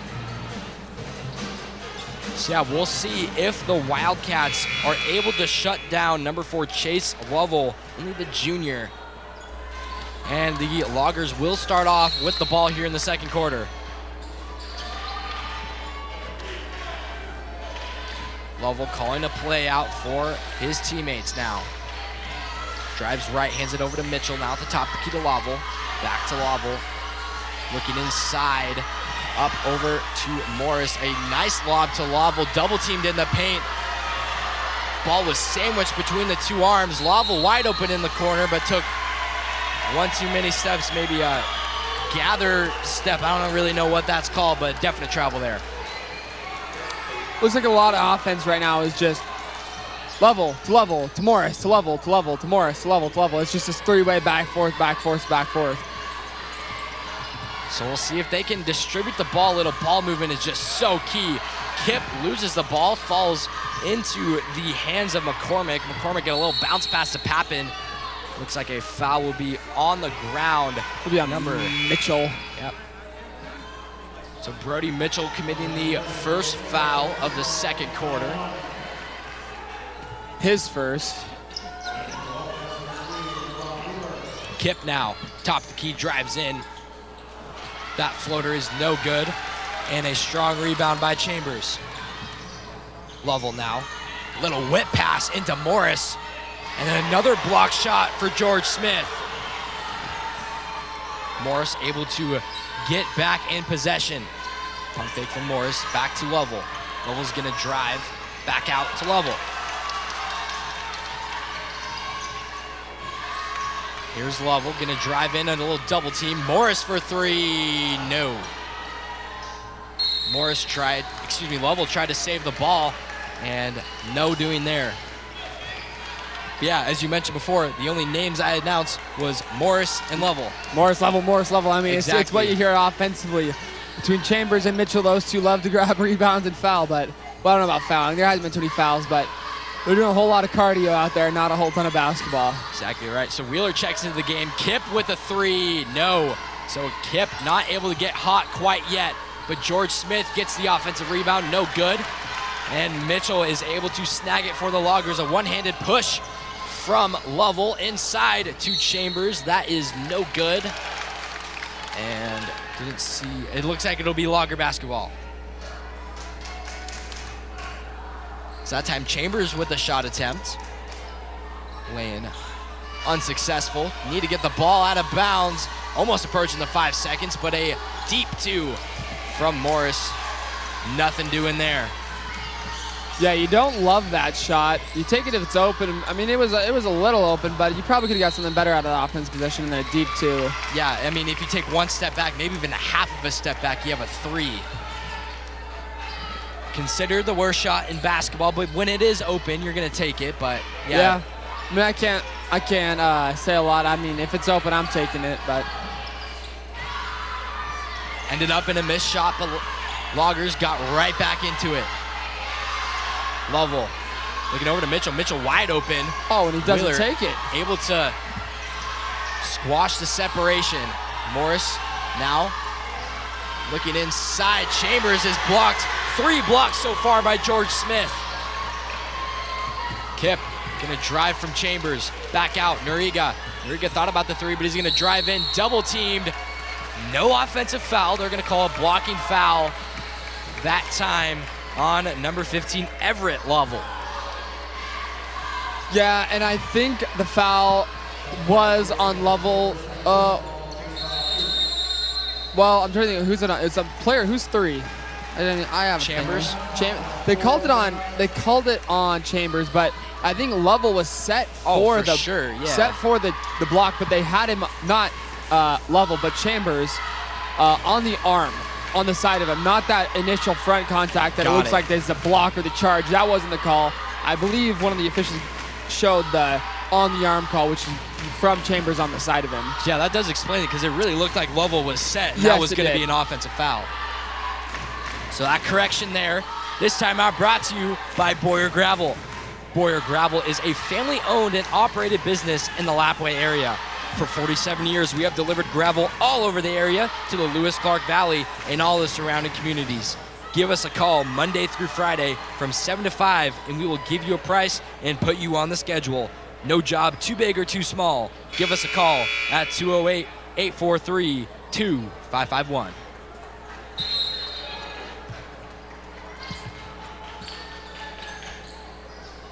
Lead cut down to 6 for the Loggers. But so that's a shooting foul, not on the ground. So Noriega will go to the line to shoot 2. Yeah, again, I think it looked like there's a lot of contact there between Noriega and Lovell, but again, they called it on Chambers there on the hand check, which I'm a little surprised it got to shooting, but First one goes down, and the second one is on its way. Noriega able to knock down both free throws. 2-possession game now for the Wildcats. Lovell. Guarded by McCormick. Now here's Lovell. Morris now. That was Chittick. Right wing. Driving in. Back out. Chambers. Wide open three. Not going to take it. Lovell. Inside. A nice floater attracting the foul and one.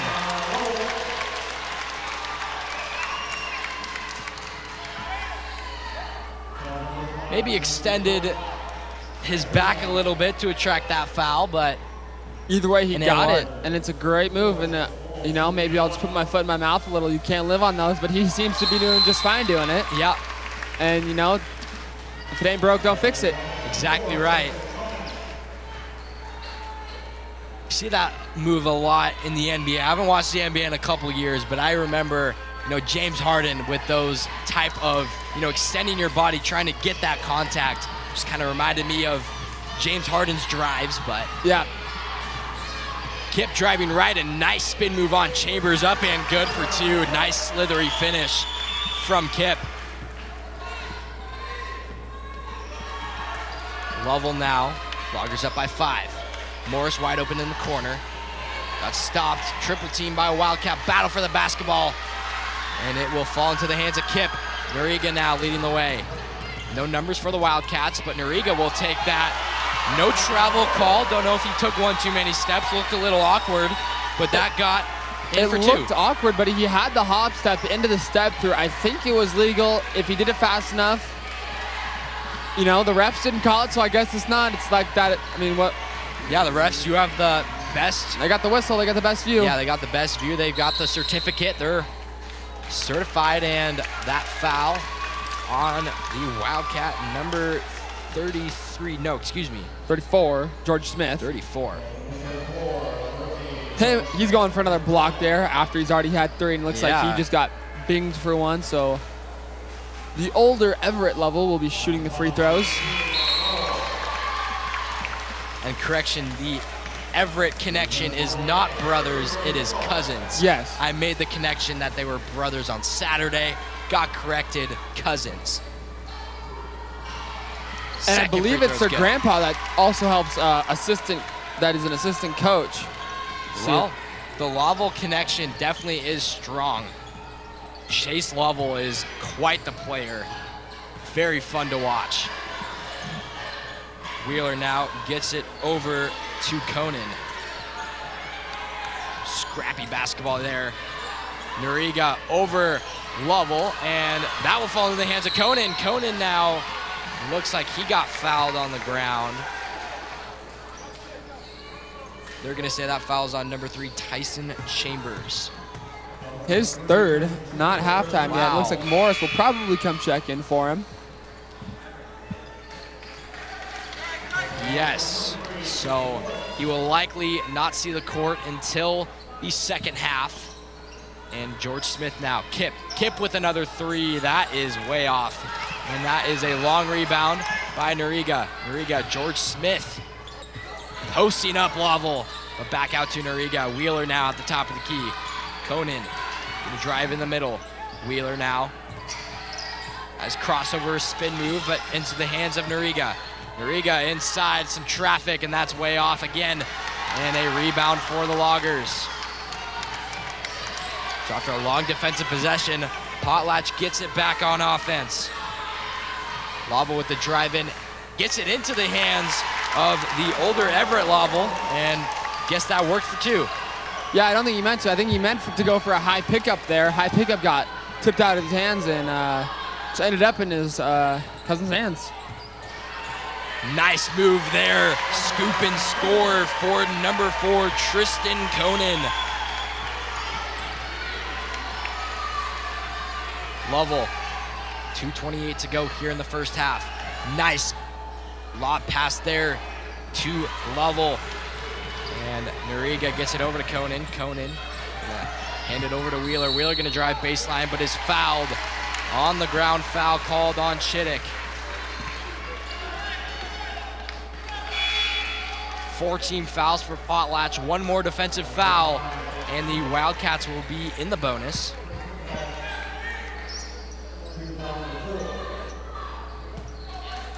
Lots on the line tonight. Loser goes home, winner stays, as that 3 from Papin up and good.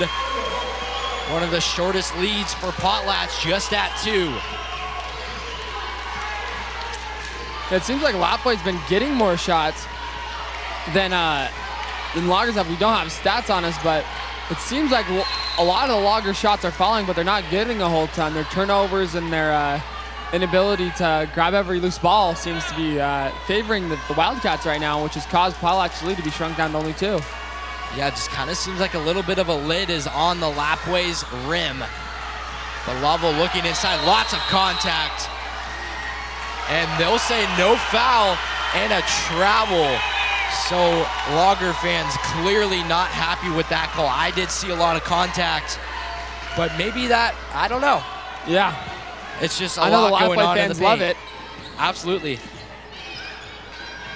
Kip thought about the 3, decided to get it over to Papin. Now Conan. Conan guarded by Mitchell. Conan with a couple spin moves. Gets it over, back at the top of the key to Kip. Kip thought about the 3. Gets a nice pass inside, looking for George Smith. Say last touch by Smith, and it will be Logger basketball.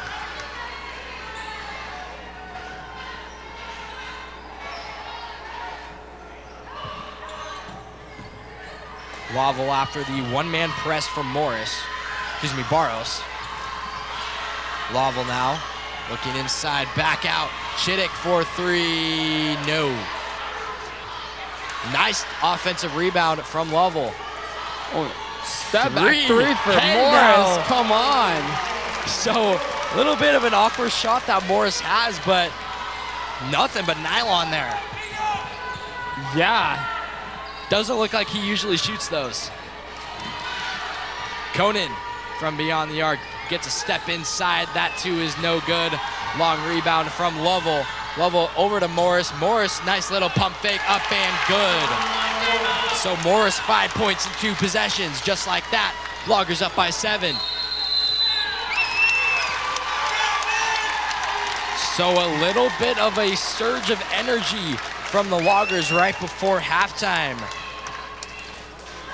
This timeout brought to you by Forge Construction. At Forge Construction, we don't just build homes, we deliver high-quality, elite homes with a culture of hard work, leadership, and teamwork. Founded by Brad Covington, a firefighter with carpentry and excavation experience, we prioritize efficiency and accountability in every project. Just like in sports, teamwork and trust are key. From laborers to designers, we operate as one unit. Visit forgeconstruction.work.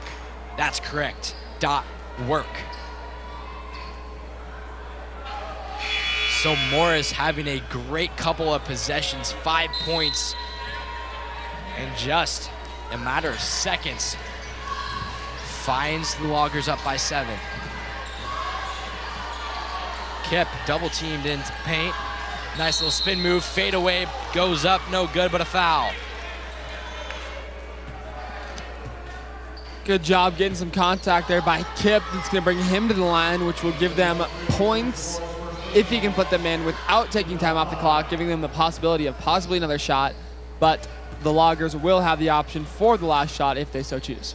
That foul was on Jamison Morris, his first team foul, his first personal foul, and Kip unable to make the first.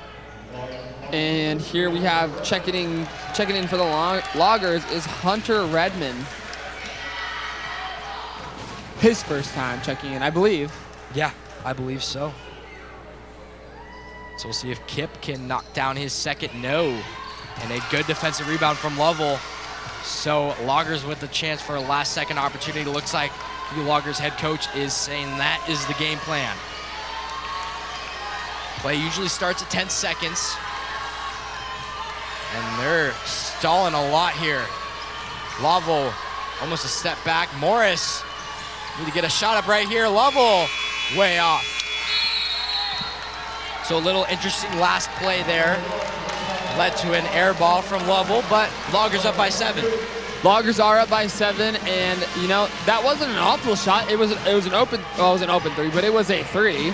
It was a little contested, and it was there. I mean, the idea there was correct, and they really did push it down to the final second, which is what you like to see on the last shot, because typically people take it with still like 2 or 3 seconds left, which does give you the possibility for the offensive rebound. It also gives them the possibility for the rebound in the heave, which probably isn't going, but you never know. And overall, the Potlatch offense has been headed by Chase Level, and I mean his cousin Everett has been adding in a little here and there. Same with Morris.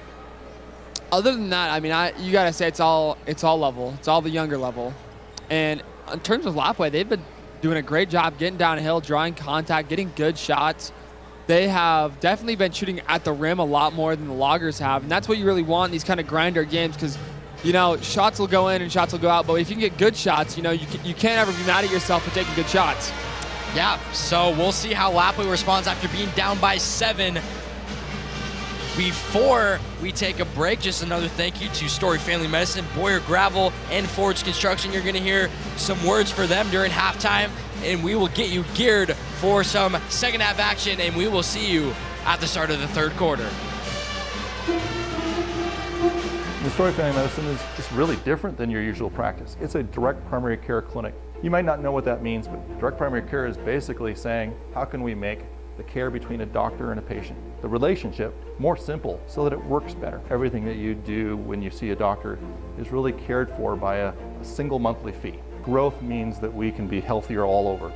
Healthier as in keeping the right number of patients for the right doctor. Really never getting so big that you can't know your doctor and your doctor can't know you. We want to be different.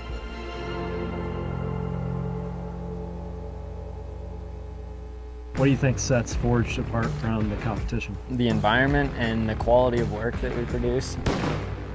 I think that we can really hone in on somebody's specific wants with whatever they're wanting to build and want the end result to look like.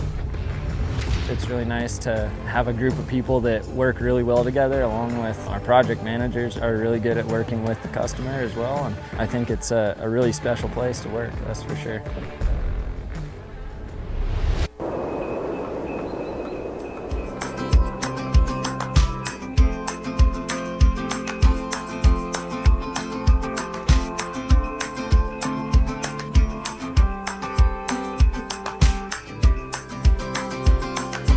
I can't wait to go home. I can't wait to go home. 'Cause adventure, it can wait. And there's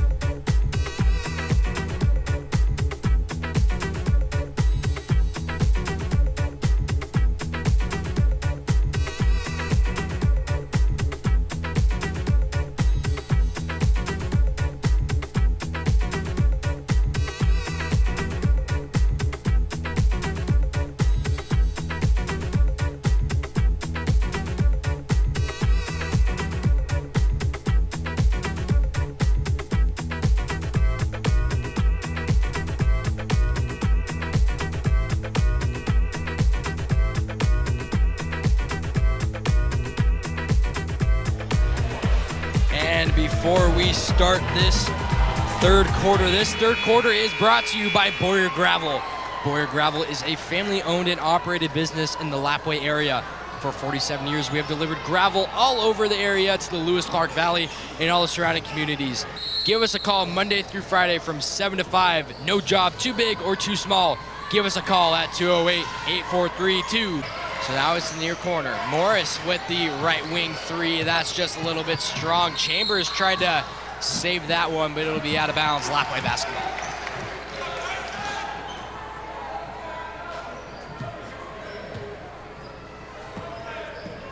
Noriega now skips it over to Kip. Kip will drive in.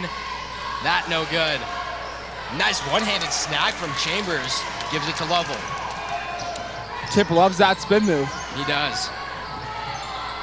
So far, unsuccessful, going 0 for 2 in the third quarter. Long three from Lovell, no good. Rebounded by Kip. Kip will just take it himself. Dishes it over to Noriega. Noriega with the pull-up jumper, no good. So lots of shots here in the third quarter, none being successful. Yeah, a lot of questionable ones too. Exactly. Lovell gonna drive left, hands it over. Morris in the far corner. Guarded heavily by McCormick. McCormick switches off. Now Lovell guarded by Kip. Uses the screen from Chambers. A pull-up jumper up and good. A long two. First points of the third quarter belong to the Loggers and Lovell. Very surprised he took that one, but not the catch and shoot three he had at the start. He could have got that first one and took the three, but opted for the pull-up jump shot and it falls. But you have to think, what's worth more, 2 or 3? I don't know. They do have the lead here. Pappin with the long three.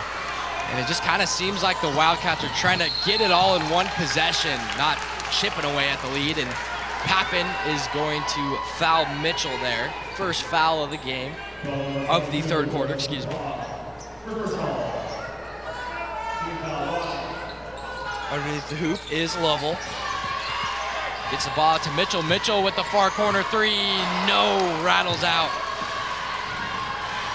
There you go now. Drives. No one really stopping him. And not a blocked shot, apparently. Yeah, up in a lot of nothing there for that one.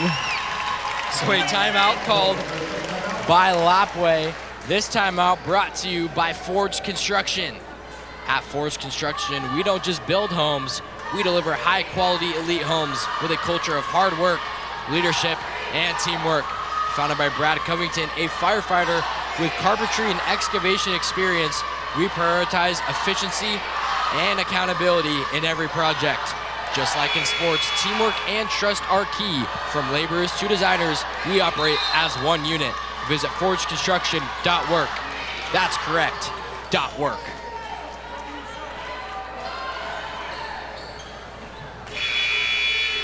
So I guess just after a very short shot from a Wildcat, it will be Potlatch basketball, not a block shot. Maybe it was blocked and then touched by a Wildcat, but it is Logger basketball. Lovell now hands it over to Morris. Morris checks, gets it over to Chambers at the top of the key, left wide open, decides not to take it. Lovell, near side corner, looking inside. Lovell double teamed, a nice bounce pass to Chambers. Lovell with the catch, drive, no. Lovell tried to get the putback, but an offensive rebound maybe. And a foul will be called. And that is on number 11, Vincent Kip. His second personal and the second team foul on Lapwai. Lovell gets it over to Chambers in the near side corner. Double team in the paint. Able to get it out to Lovell in the corner. Made a man fall. That was Noriega, but then traveled after. And Lovell has a ton of those catch and shoot three opportunities that he just passes up on and opts for the pull-up jump shot. Really surprised me. He's quite a talented shooter. It's surprising that he doesn't just take more of those catch and shoot threes. Yeah, very interesting. Maybe just used to those pull-up jumpers and not so much the catch and shoot, but Couple handoffs here. Noriega gets the ball taken away from him. Chambers gets it over to Lovell, and very intentional foul and some words exchanged to each other.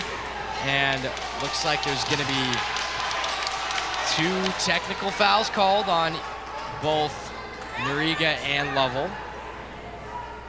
So some aggression, some chirpiness, some tension building here in this elimination game.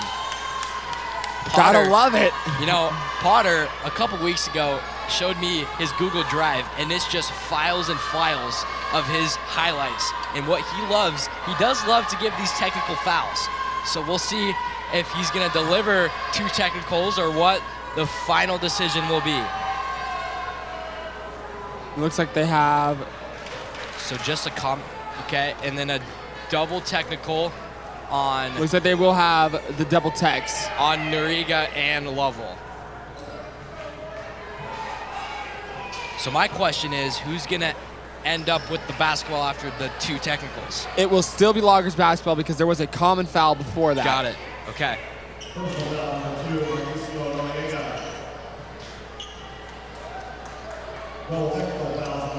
So it looks like no free throws, so the technicals cancel out? Yes, technicals Okay. will offset each other, and that common foul will still be in effect, so it will be Logger basketball. So after getting this situation all cleaned up, the stoppage of play, it makes you wonder what Lovell said, because it really looks like Noriega initiated all of that altercation.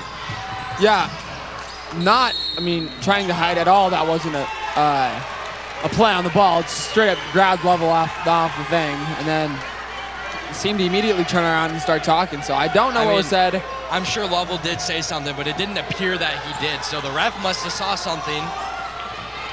But Wheeler, after all of that, it will be Lapwai basketball, and Wheeler guarded by Lovell. Looking inside to George. Nice block there, but gets the own rebound off of the block, and a nice 2 for George Smith. Lovell now, guarded by McCormick. And we're saying off the ball foul. Look to be on Kip. Is that his 3rd? That is Lapwai's 5th team foul, which will put Potlatch shooting 2 free throws. So the Loggers will be in the bonus for the remainder of 4:23 in this 3rd quarter.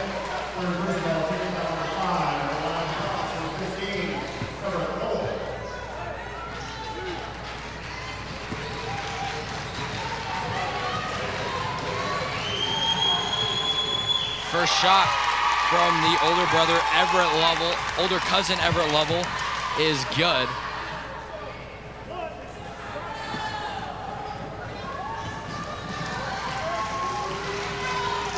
Second shot up and good for Lovell, so capitalizing on that, and that could be a big factor if Lapwai continues to foul, being in the bonus and getting these free points. Kip now, driving in. No good, gets his own offensive rebound, a wild shot, and a foul called on number 15, Everett Lovell.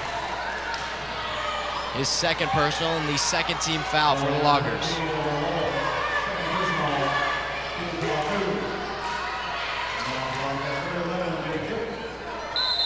And for anyone wondering, the wide shot is not working, which is why it's been going hero cam to hero cam. Yeah, so we're gonna try to get that as quickly as possible. And this timeout brought to you by Story Family Medicine. Story Family Medicine is a direct primary care clinic located in Moscow, Idaho, serving the Palouse, founded by Dr. Rod Story, a board-certified family physician with 18 years of diverse medical experience, including emergency room, hospital, hospice, and nursing home care. The clinic emphasizes on personal and accessible health care. A Logger faithful right there holding a Go Loggers sign, as the Loggers, after a very scrappy 3rd quarter, stay on top, but we'll see if that trend continues as Kip is at the line. And the wide shot is back, baby. Wide shot is back. Kip's first is good.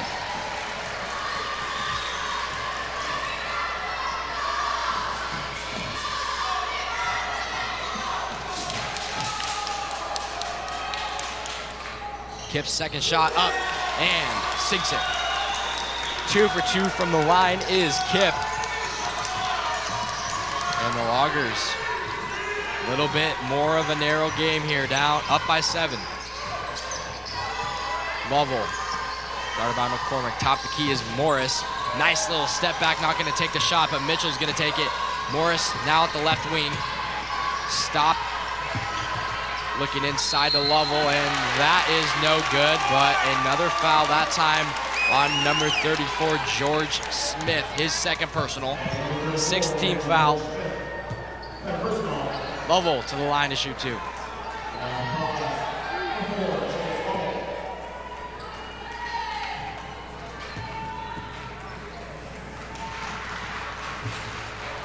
Unable to sink his first.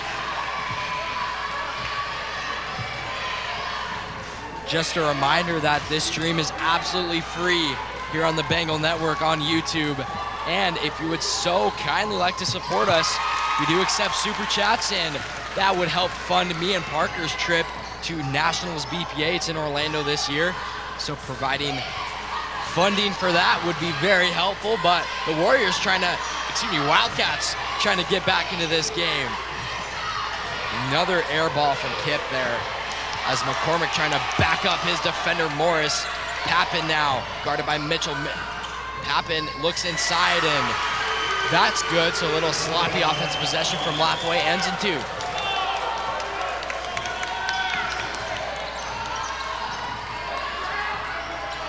Lovell, guarded by McCormick.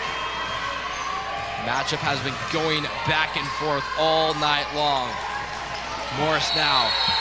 Another off-ball foul. That one on no, that's George Smith.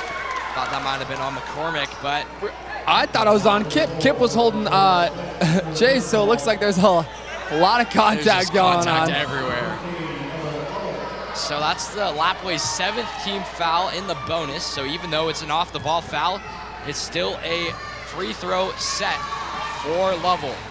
And these will be huge coming down the stretch for Potlatch. Easy points you can get here in the third will make all the difference when it gets to the end game in the fourth. Yeah, and that's why you practice those conditioned free throws. It is such a different shot when you're winded than when your legs are fresh. Totally different shot type. It really is. And when it gets to the game and people want to say, oh, you missed your 2 free throws at the end of the game, well, did you miss your 2 in the third quarter? Because it doesn't really matter. I mean, those matter, but it's the same shot you're missing the whole game. Yeah, it's all the things leading up to that moment. Kip with a deep 3, finally gets it to connect. That time from 3 feet beyond the arc. Yeah, very, very deep ball there for Kip. So after all the wide open shots that he's taken, finally sinks the deep shot from beyond the arc. Lovell guarded by Kip. Now here's Morris. Morris takes the 3. Yes, sir! Back-to-back deep 3s for both teams. Potlatch up by 8. Conan gets it over to Pappen. Pappen now double teamed over to Kip. Kip guarded by Chambers, and that is no good, and an offensive foul on Kip. Kip has 4. You have to imagine he's going to take a seat. It appears not, with 2 minutes left in the third quarter. Looks like Noriega will slowly head to the scores table, so Kip stays in for now. So now here's Lovell. Mitchell now, great pass inside to Lovell, and that is a good 2, just great ball movement there. Really, and just like that, that Potlatch lead has been extended back up to 10 points after it kind of dipped down there to 5. This really seems like when Lapwai spreads the ball, they score a lot more, as that tough bucket is good for Wheeler. Yeah, really, left-handed floater, that is a shot right there for the ages. Kyrie Irving-esque right there. Yeah, definitely. And Lovell got that ball, is swatted away by Kip. Falls into the hands of Morris. Now Lovell. Screen from Chambers. A mid-range jumper up and good. Heavily contested, but still went in. these playoff games, man, get people on their A game. It's it's win or go home. So it's like, if you don't make the shot, that could be it for you. And it's interesting, the shots that do go in are the heavily contested ones, not the wide open ones. Yeah. And Mitchell's putback is good. Putback, the sophomore, only standing at 5'10", putback. And they're going to say a foul on Lovell. Chase Lovell, that is, his second personal.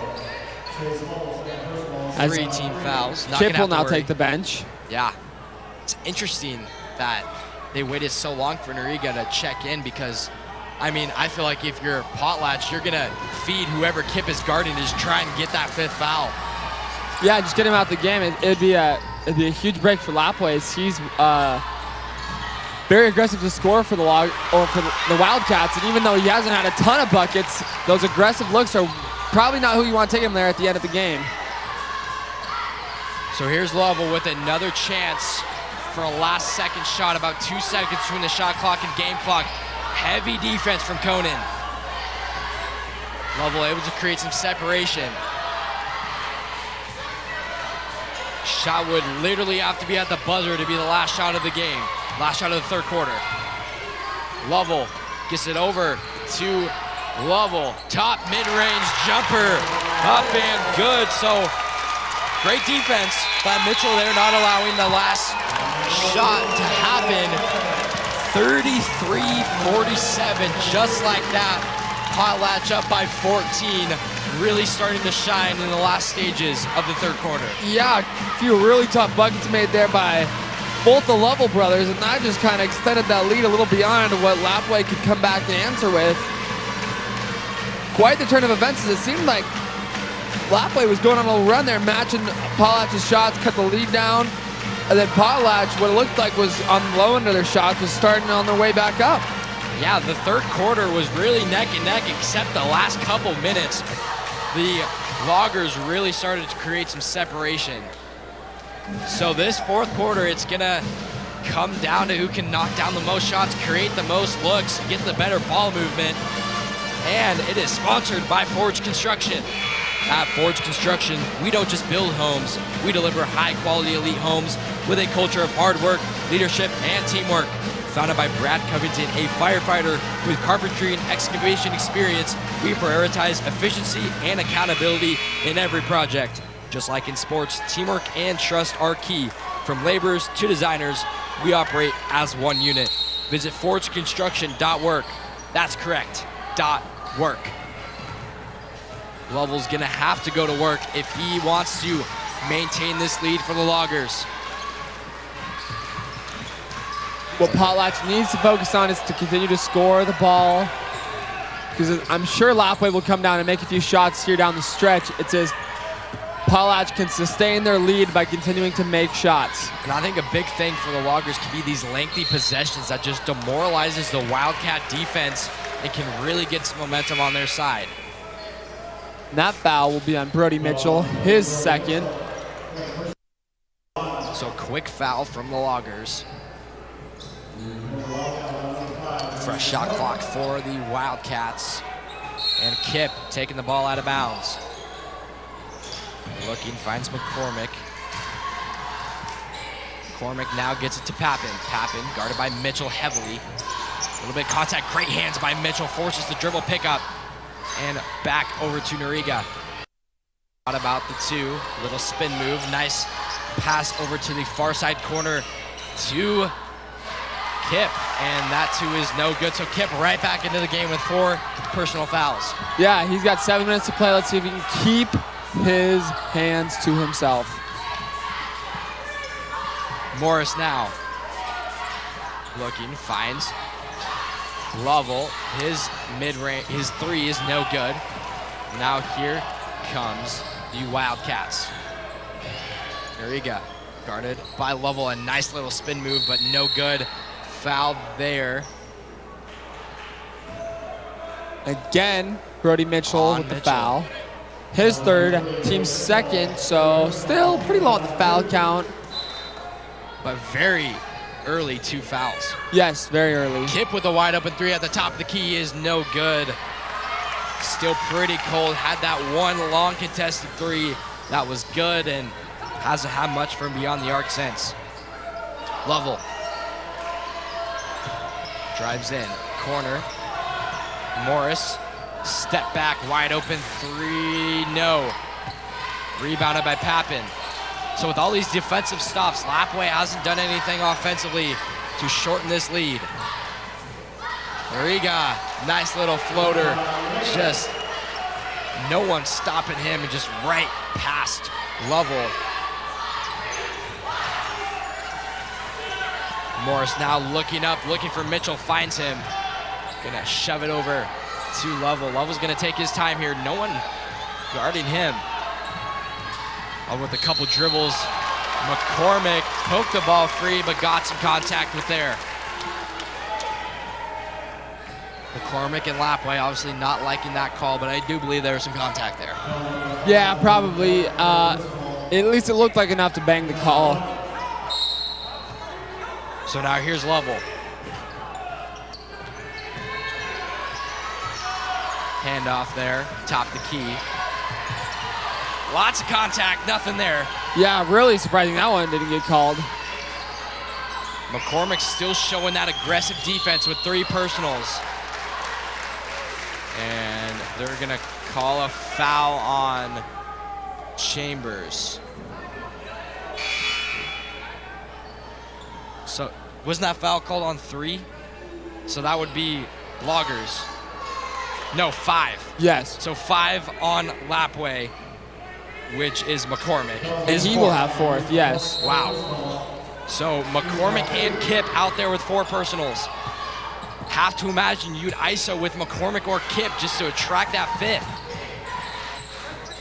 Get one of them out the game and force the Loggers to get, or the Wildcats, excuse me, get in their bench. Morris for 3, knocks down his 2nd triple of the game and extends this Logger lead.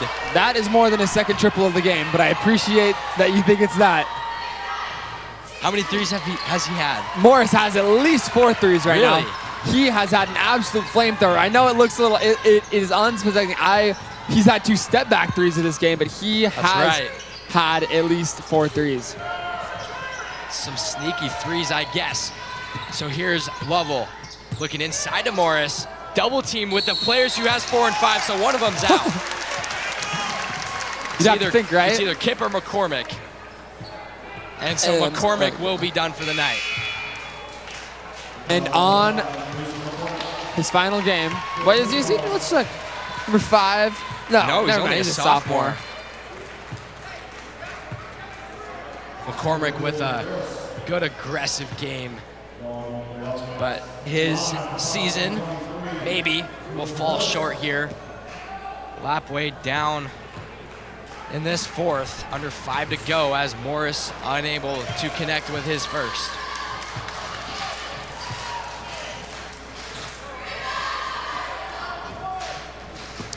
Morris, definitely an interesting looking jump shot, to say the least. Absolutely. But you know, when he does get those pull-up or those step backs, looks a little bit more natural than his catch and shoot. I really wish we had stats tonight. I wish I could see a live look at how many he's shot compared to how many he's made. Maybe he hasn't made 4. He's made at least 3, but he's taken quite a few. As Lovell goes coast to coast for an easy 2, things aren't looking too bright for Lapwai. Down 18. Looks like 24 is heading to check in for Lapwai. And how about that block from the sophomore Brody Mitchell? Getting upstairs. You know, he's not very tall, but kid's got springs and issues. Exactly right. So after Mitchell with those 2 quick personal fouls really cleaned it up, got a block there on defense. And 24, Jared Merrick will check in for the first time for the Wildcats. Barros looking, finds Kip, but a hard collision from Chambers. Gets into the scores table and saves it for the Loggers, but right back into the hands of Lapwai.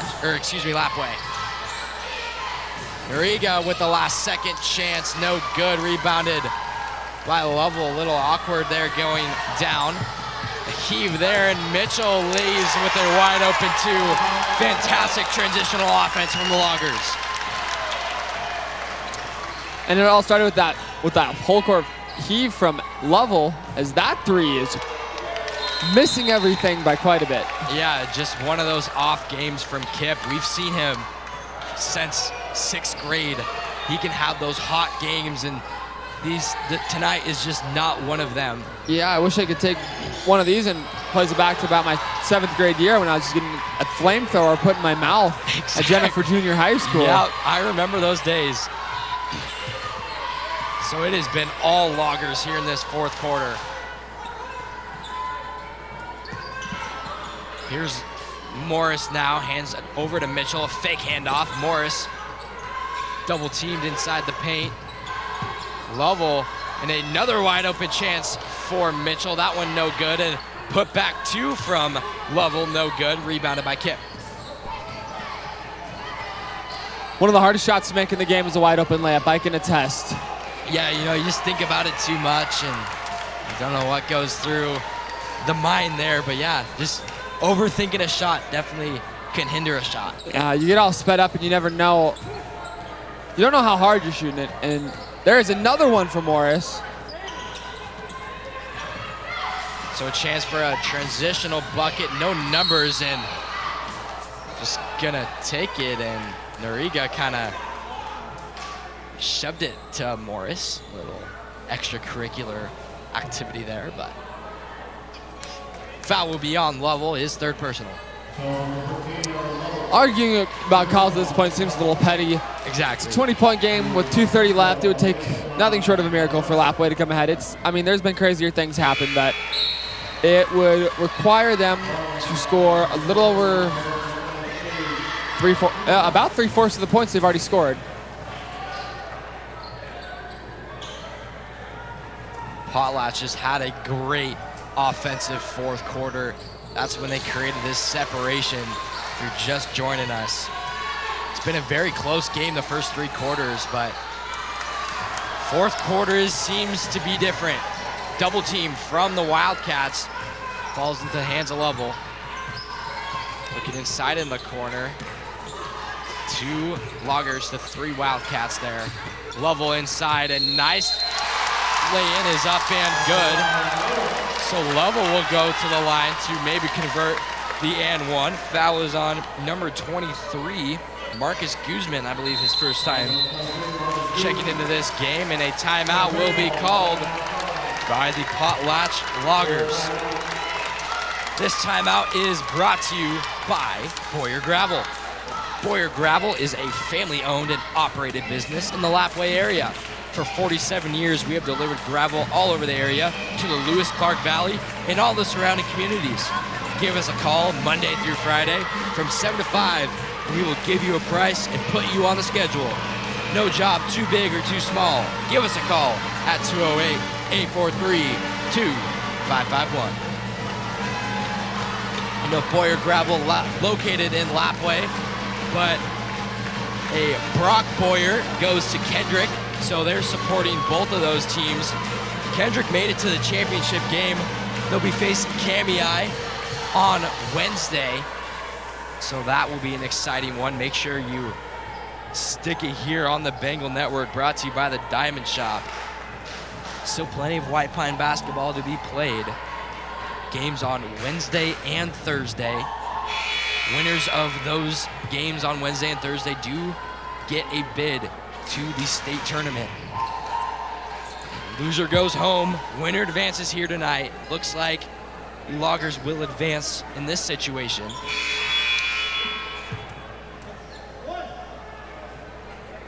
And Lovell's first and only free throw will be up and no good as he gets his own rebound. Pretty rare. You usually don't see the person shooting the free throw getting the rebound. And then turns it over immediately after his own rebound, and then there'll be a blocking call on Brody Mitchell, his 4th foul. So all 4 fouls happening in the 4th quarter.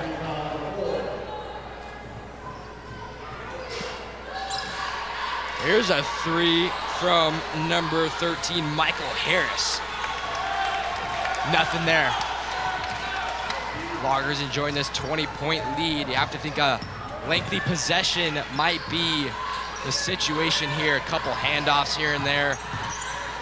Trying to bleed this shot clock as much as possible. Yeah, that would make the most sense. There's no point in trying to get a quick one. The double dribble will be called on Mr. Mitchell. Mitchell's had a great game, only a sophomore, showing some light on offense, you know, with those transitional buckets and a good defensive presence. Only a sophomore, as I mentioned before. Got a good future as a Logger. It seems like the Loggers will clear their bench.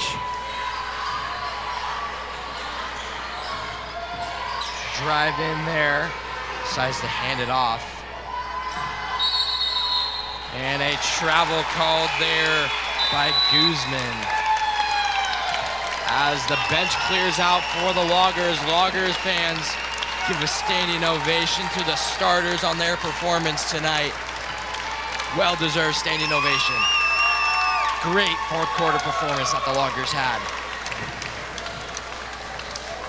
Yeah, especially, I mean, I watched that game out in Lapwai, and it came out with Lapwai victorious. And I was, for this to be a 20-point game is a little surprising. Yeah, so with the neutral court and no specific fan base overcoming the other, Potlatch really just laid it on him in the fourth quarter. Seems like they had control the entire game, but the separation just really became prevalent towards the end of the game. Yeah, during the third one, Lapwai cut it down to 5, and then it was both the Lovell cousins that just kind of went on a spurt there, and ever since then there's been no match for it. And it looked like Lovell just hurt his something there, as that breakaway layup's good for the Wildcats. Yeah, and that's not the time for Lovell to be hurting. Not sure why he's still in the ball game, as a nice transitional bucket happens there, but I mean, that's your star player playing to the final buzzer when the game's over. I think they just they only had 4 bench players to take out, and they took out the other 4 starters because they needed a point guard out there. 3 up, no good. Rebound and a dribble out, maybe. With White Pine, you know, it's a shot till the final buzzer. Yeah, it doesn't look like they'll do that here. And Lovell also looks like he appears to be okay. And the Loggers will walk away with the 20-point victory, sending Lapwai home, and they will advance to the Consolation Championship, which will be playing the loser of the Kamei versus Kendrick game, if I... Yes, yeah, correct. So they will be playing, I believe, so the Loggers will be playing Logos on Wednesday, and then the winner of the Logos Potlatch game, they will be playing on Thursday for the loser of the Kendrick Kamei game. So if you followed what I'm saying, that's the situation coming up. We got 3 more White Pine basketball games coming up here on the Bengal Network, brought to you by the Diamond Shop. A great doubleheader here tonight. And that is all we have for you. Enjoy some highlights of this basketball game, followed by some words from our sponsors, and it will be a night. It will be a night. I'm Astor 5. And I'm Parker Bogar. And this has been the Bengal Network, brought to you by the Diamond Shop. Have a great night.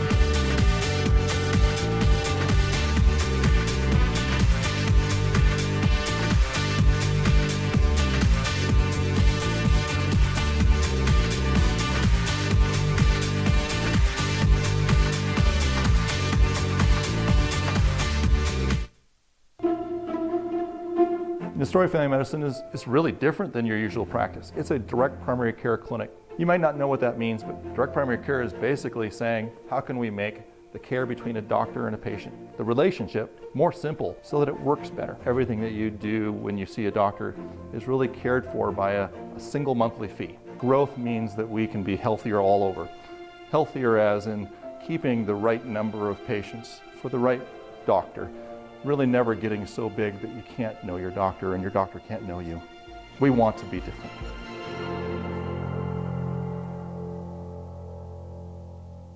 What do you think sets Forged apart from the competition? The environment and the quality of work that we produce. I think that we can really hone in on somebody's specific wants with whatever they're wanting to build and want the end result to look like. It's really nice to have a group of people that work really well together, along with our project managers are really good at working with the customer as well. And I think it's a really special place to work, that's for sure.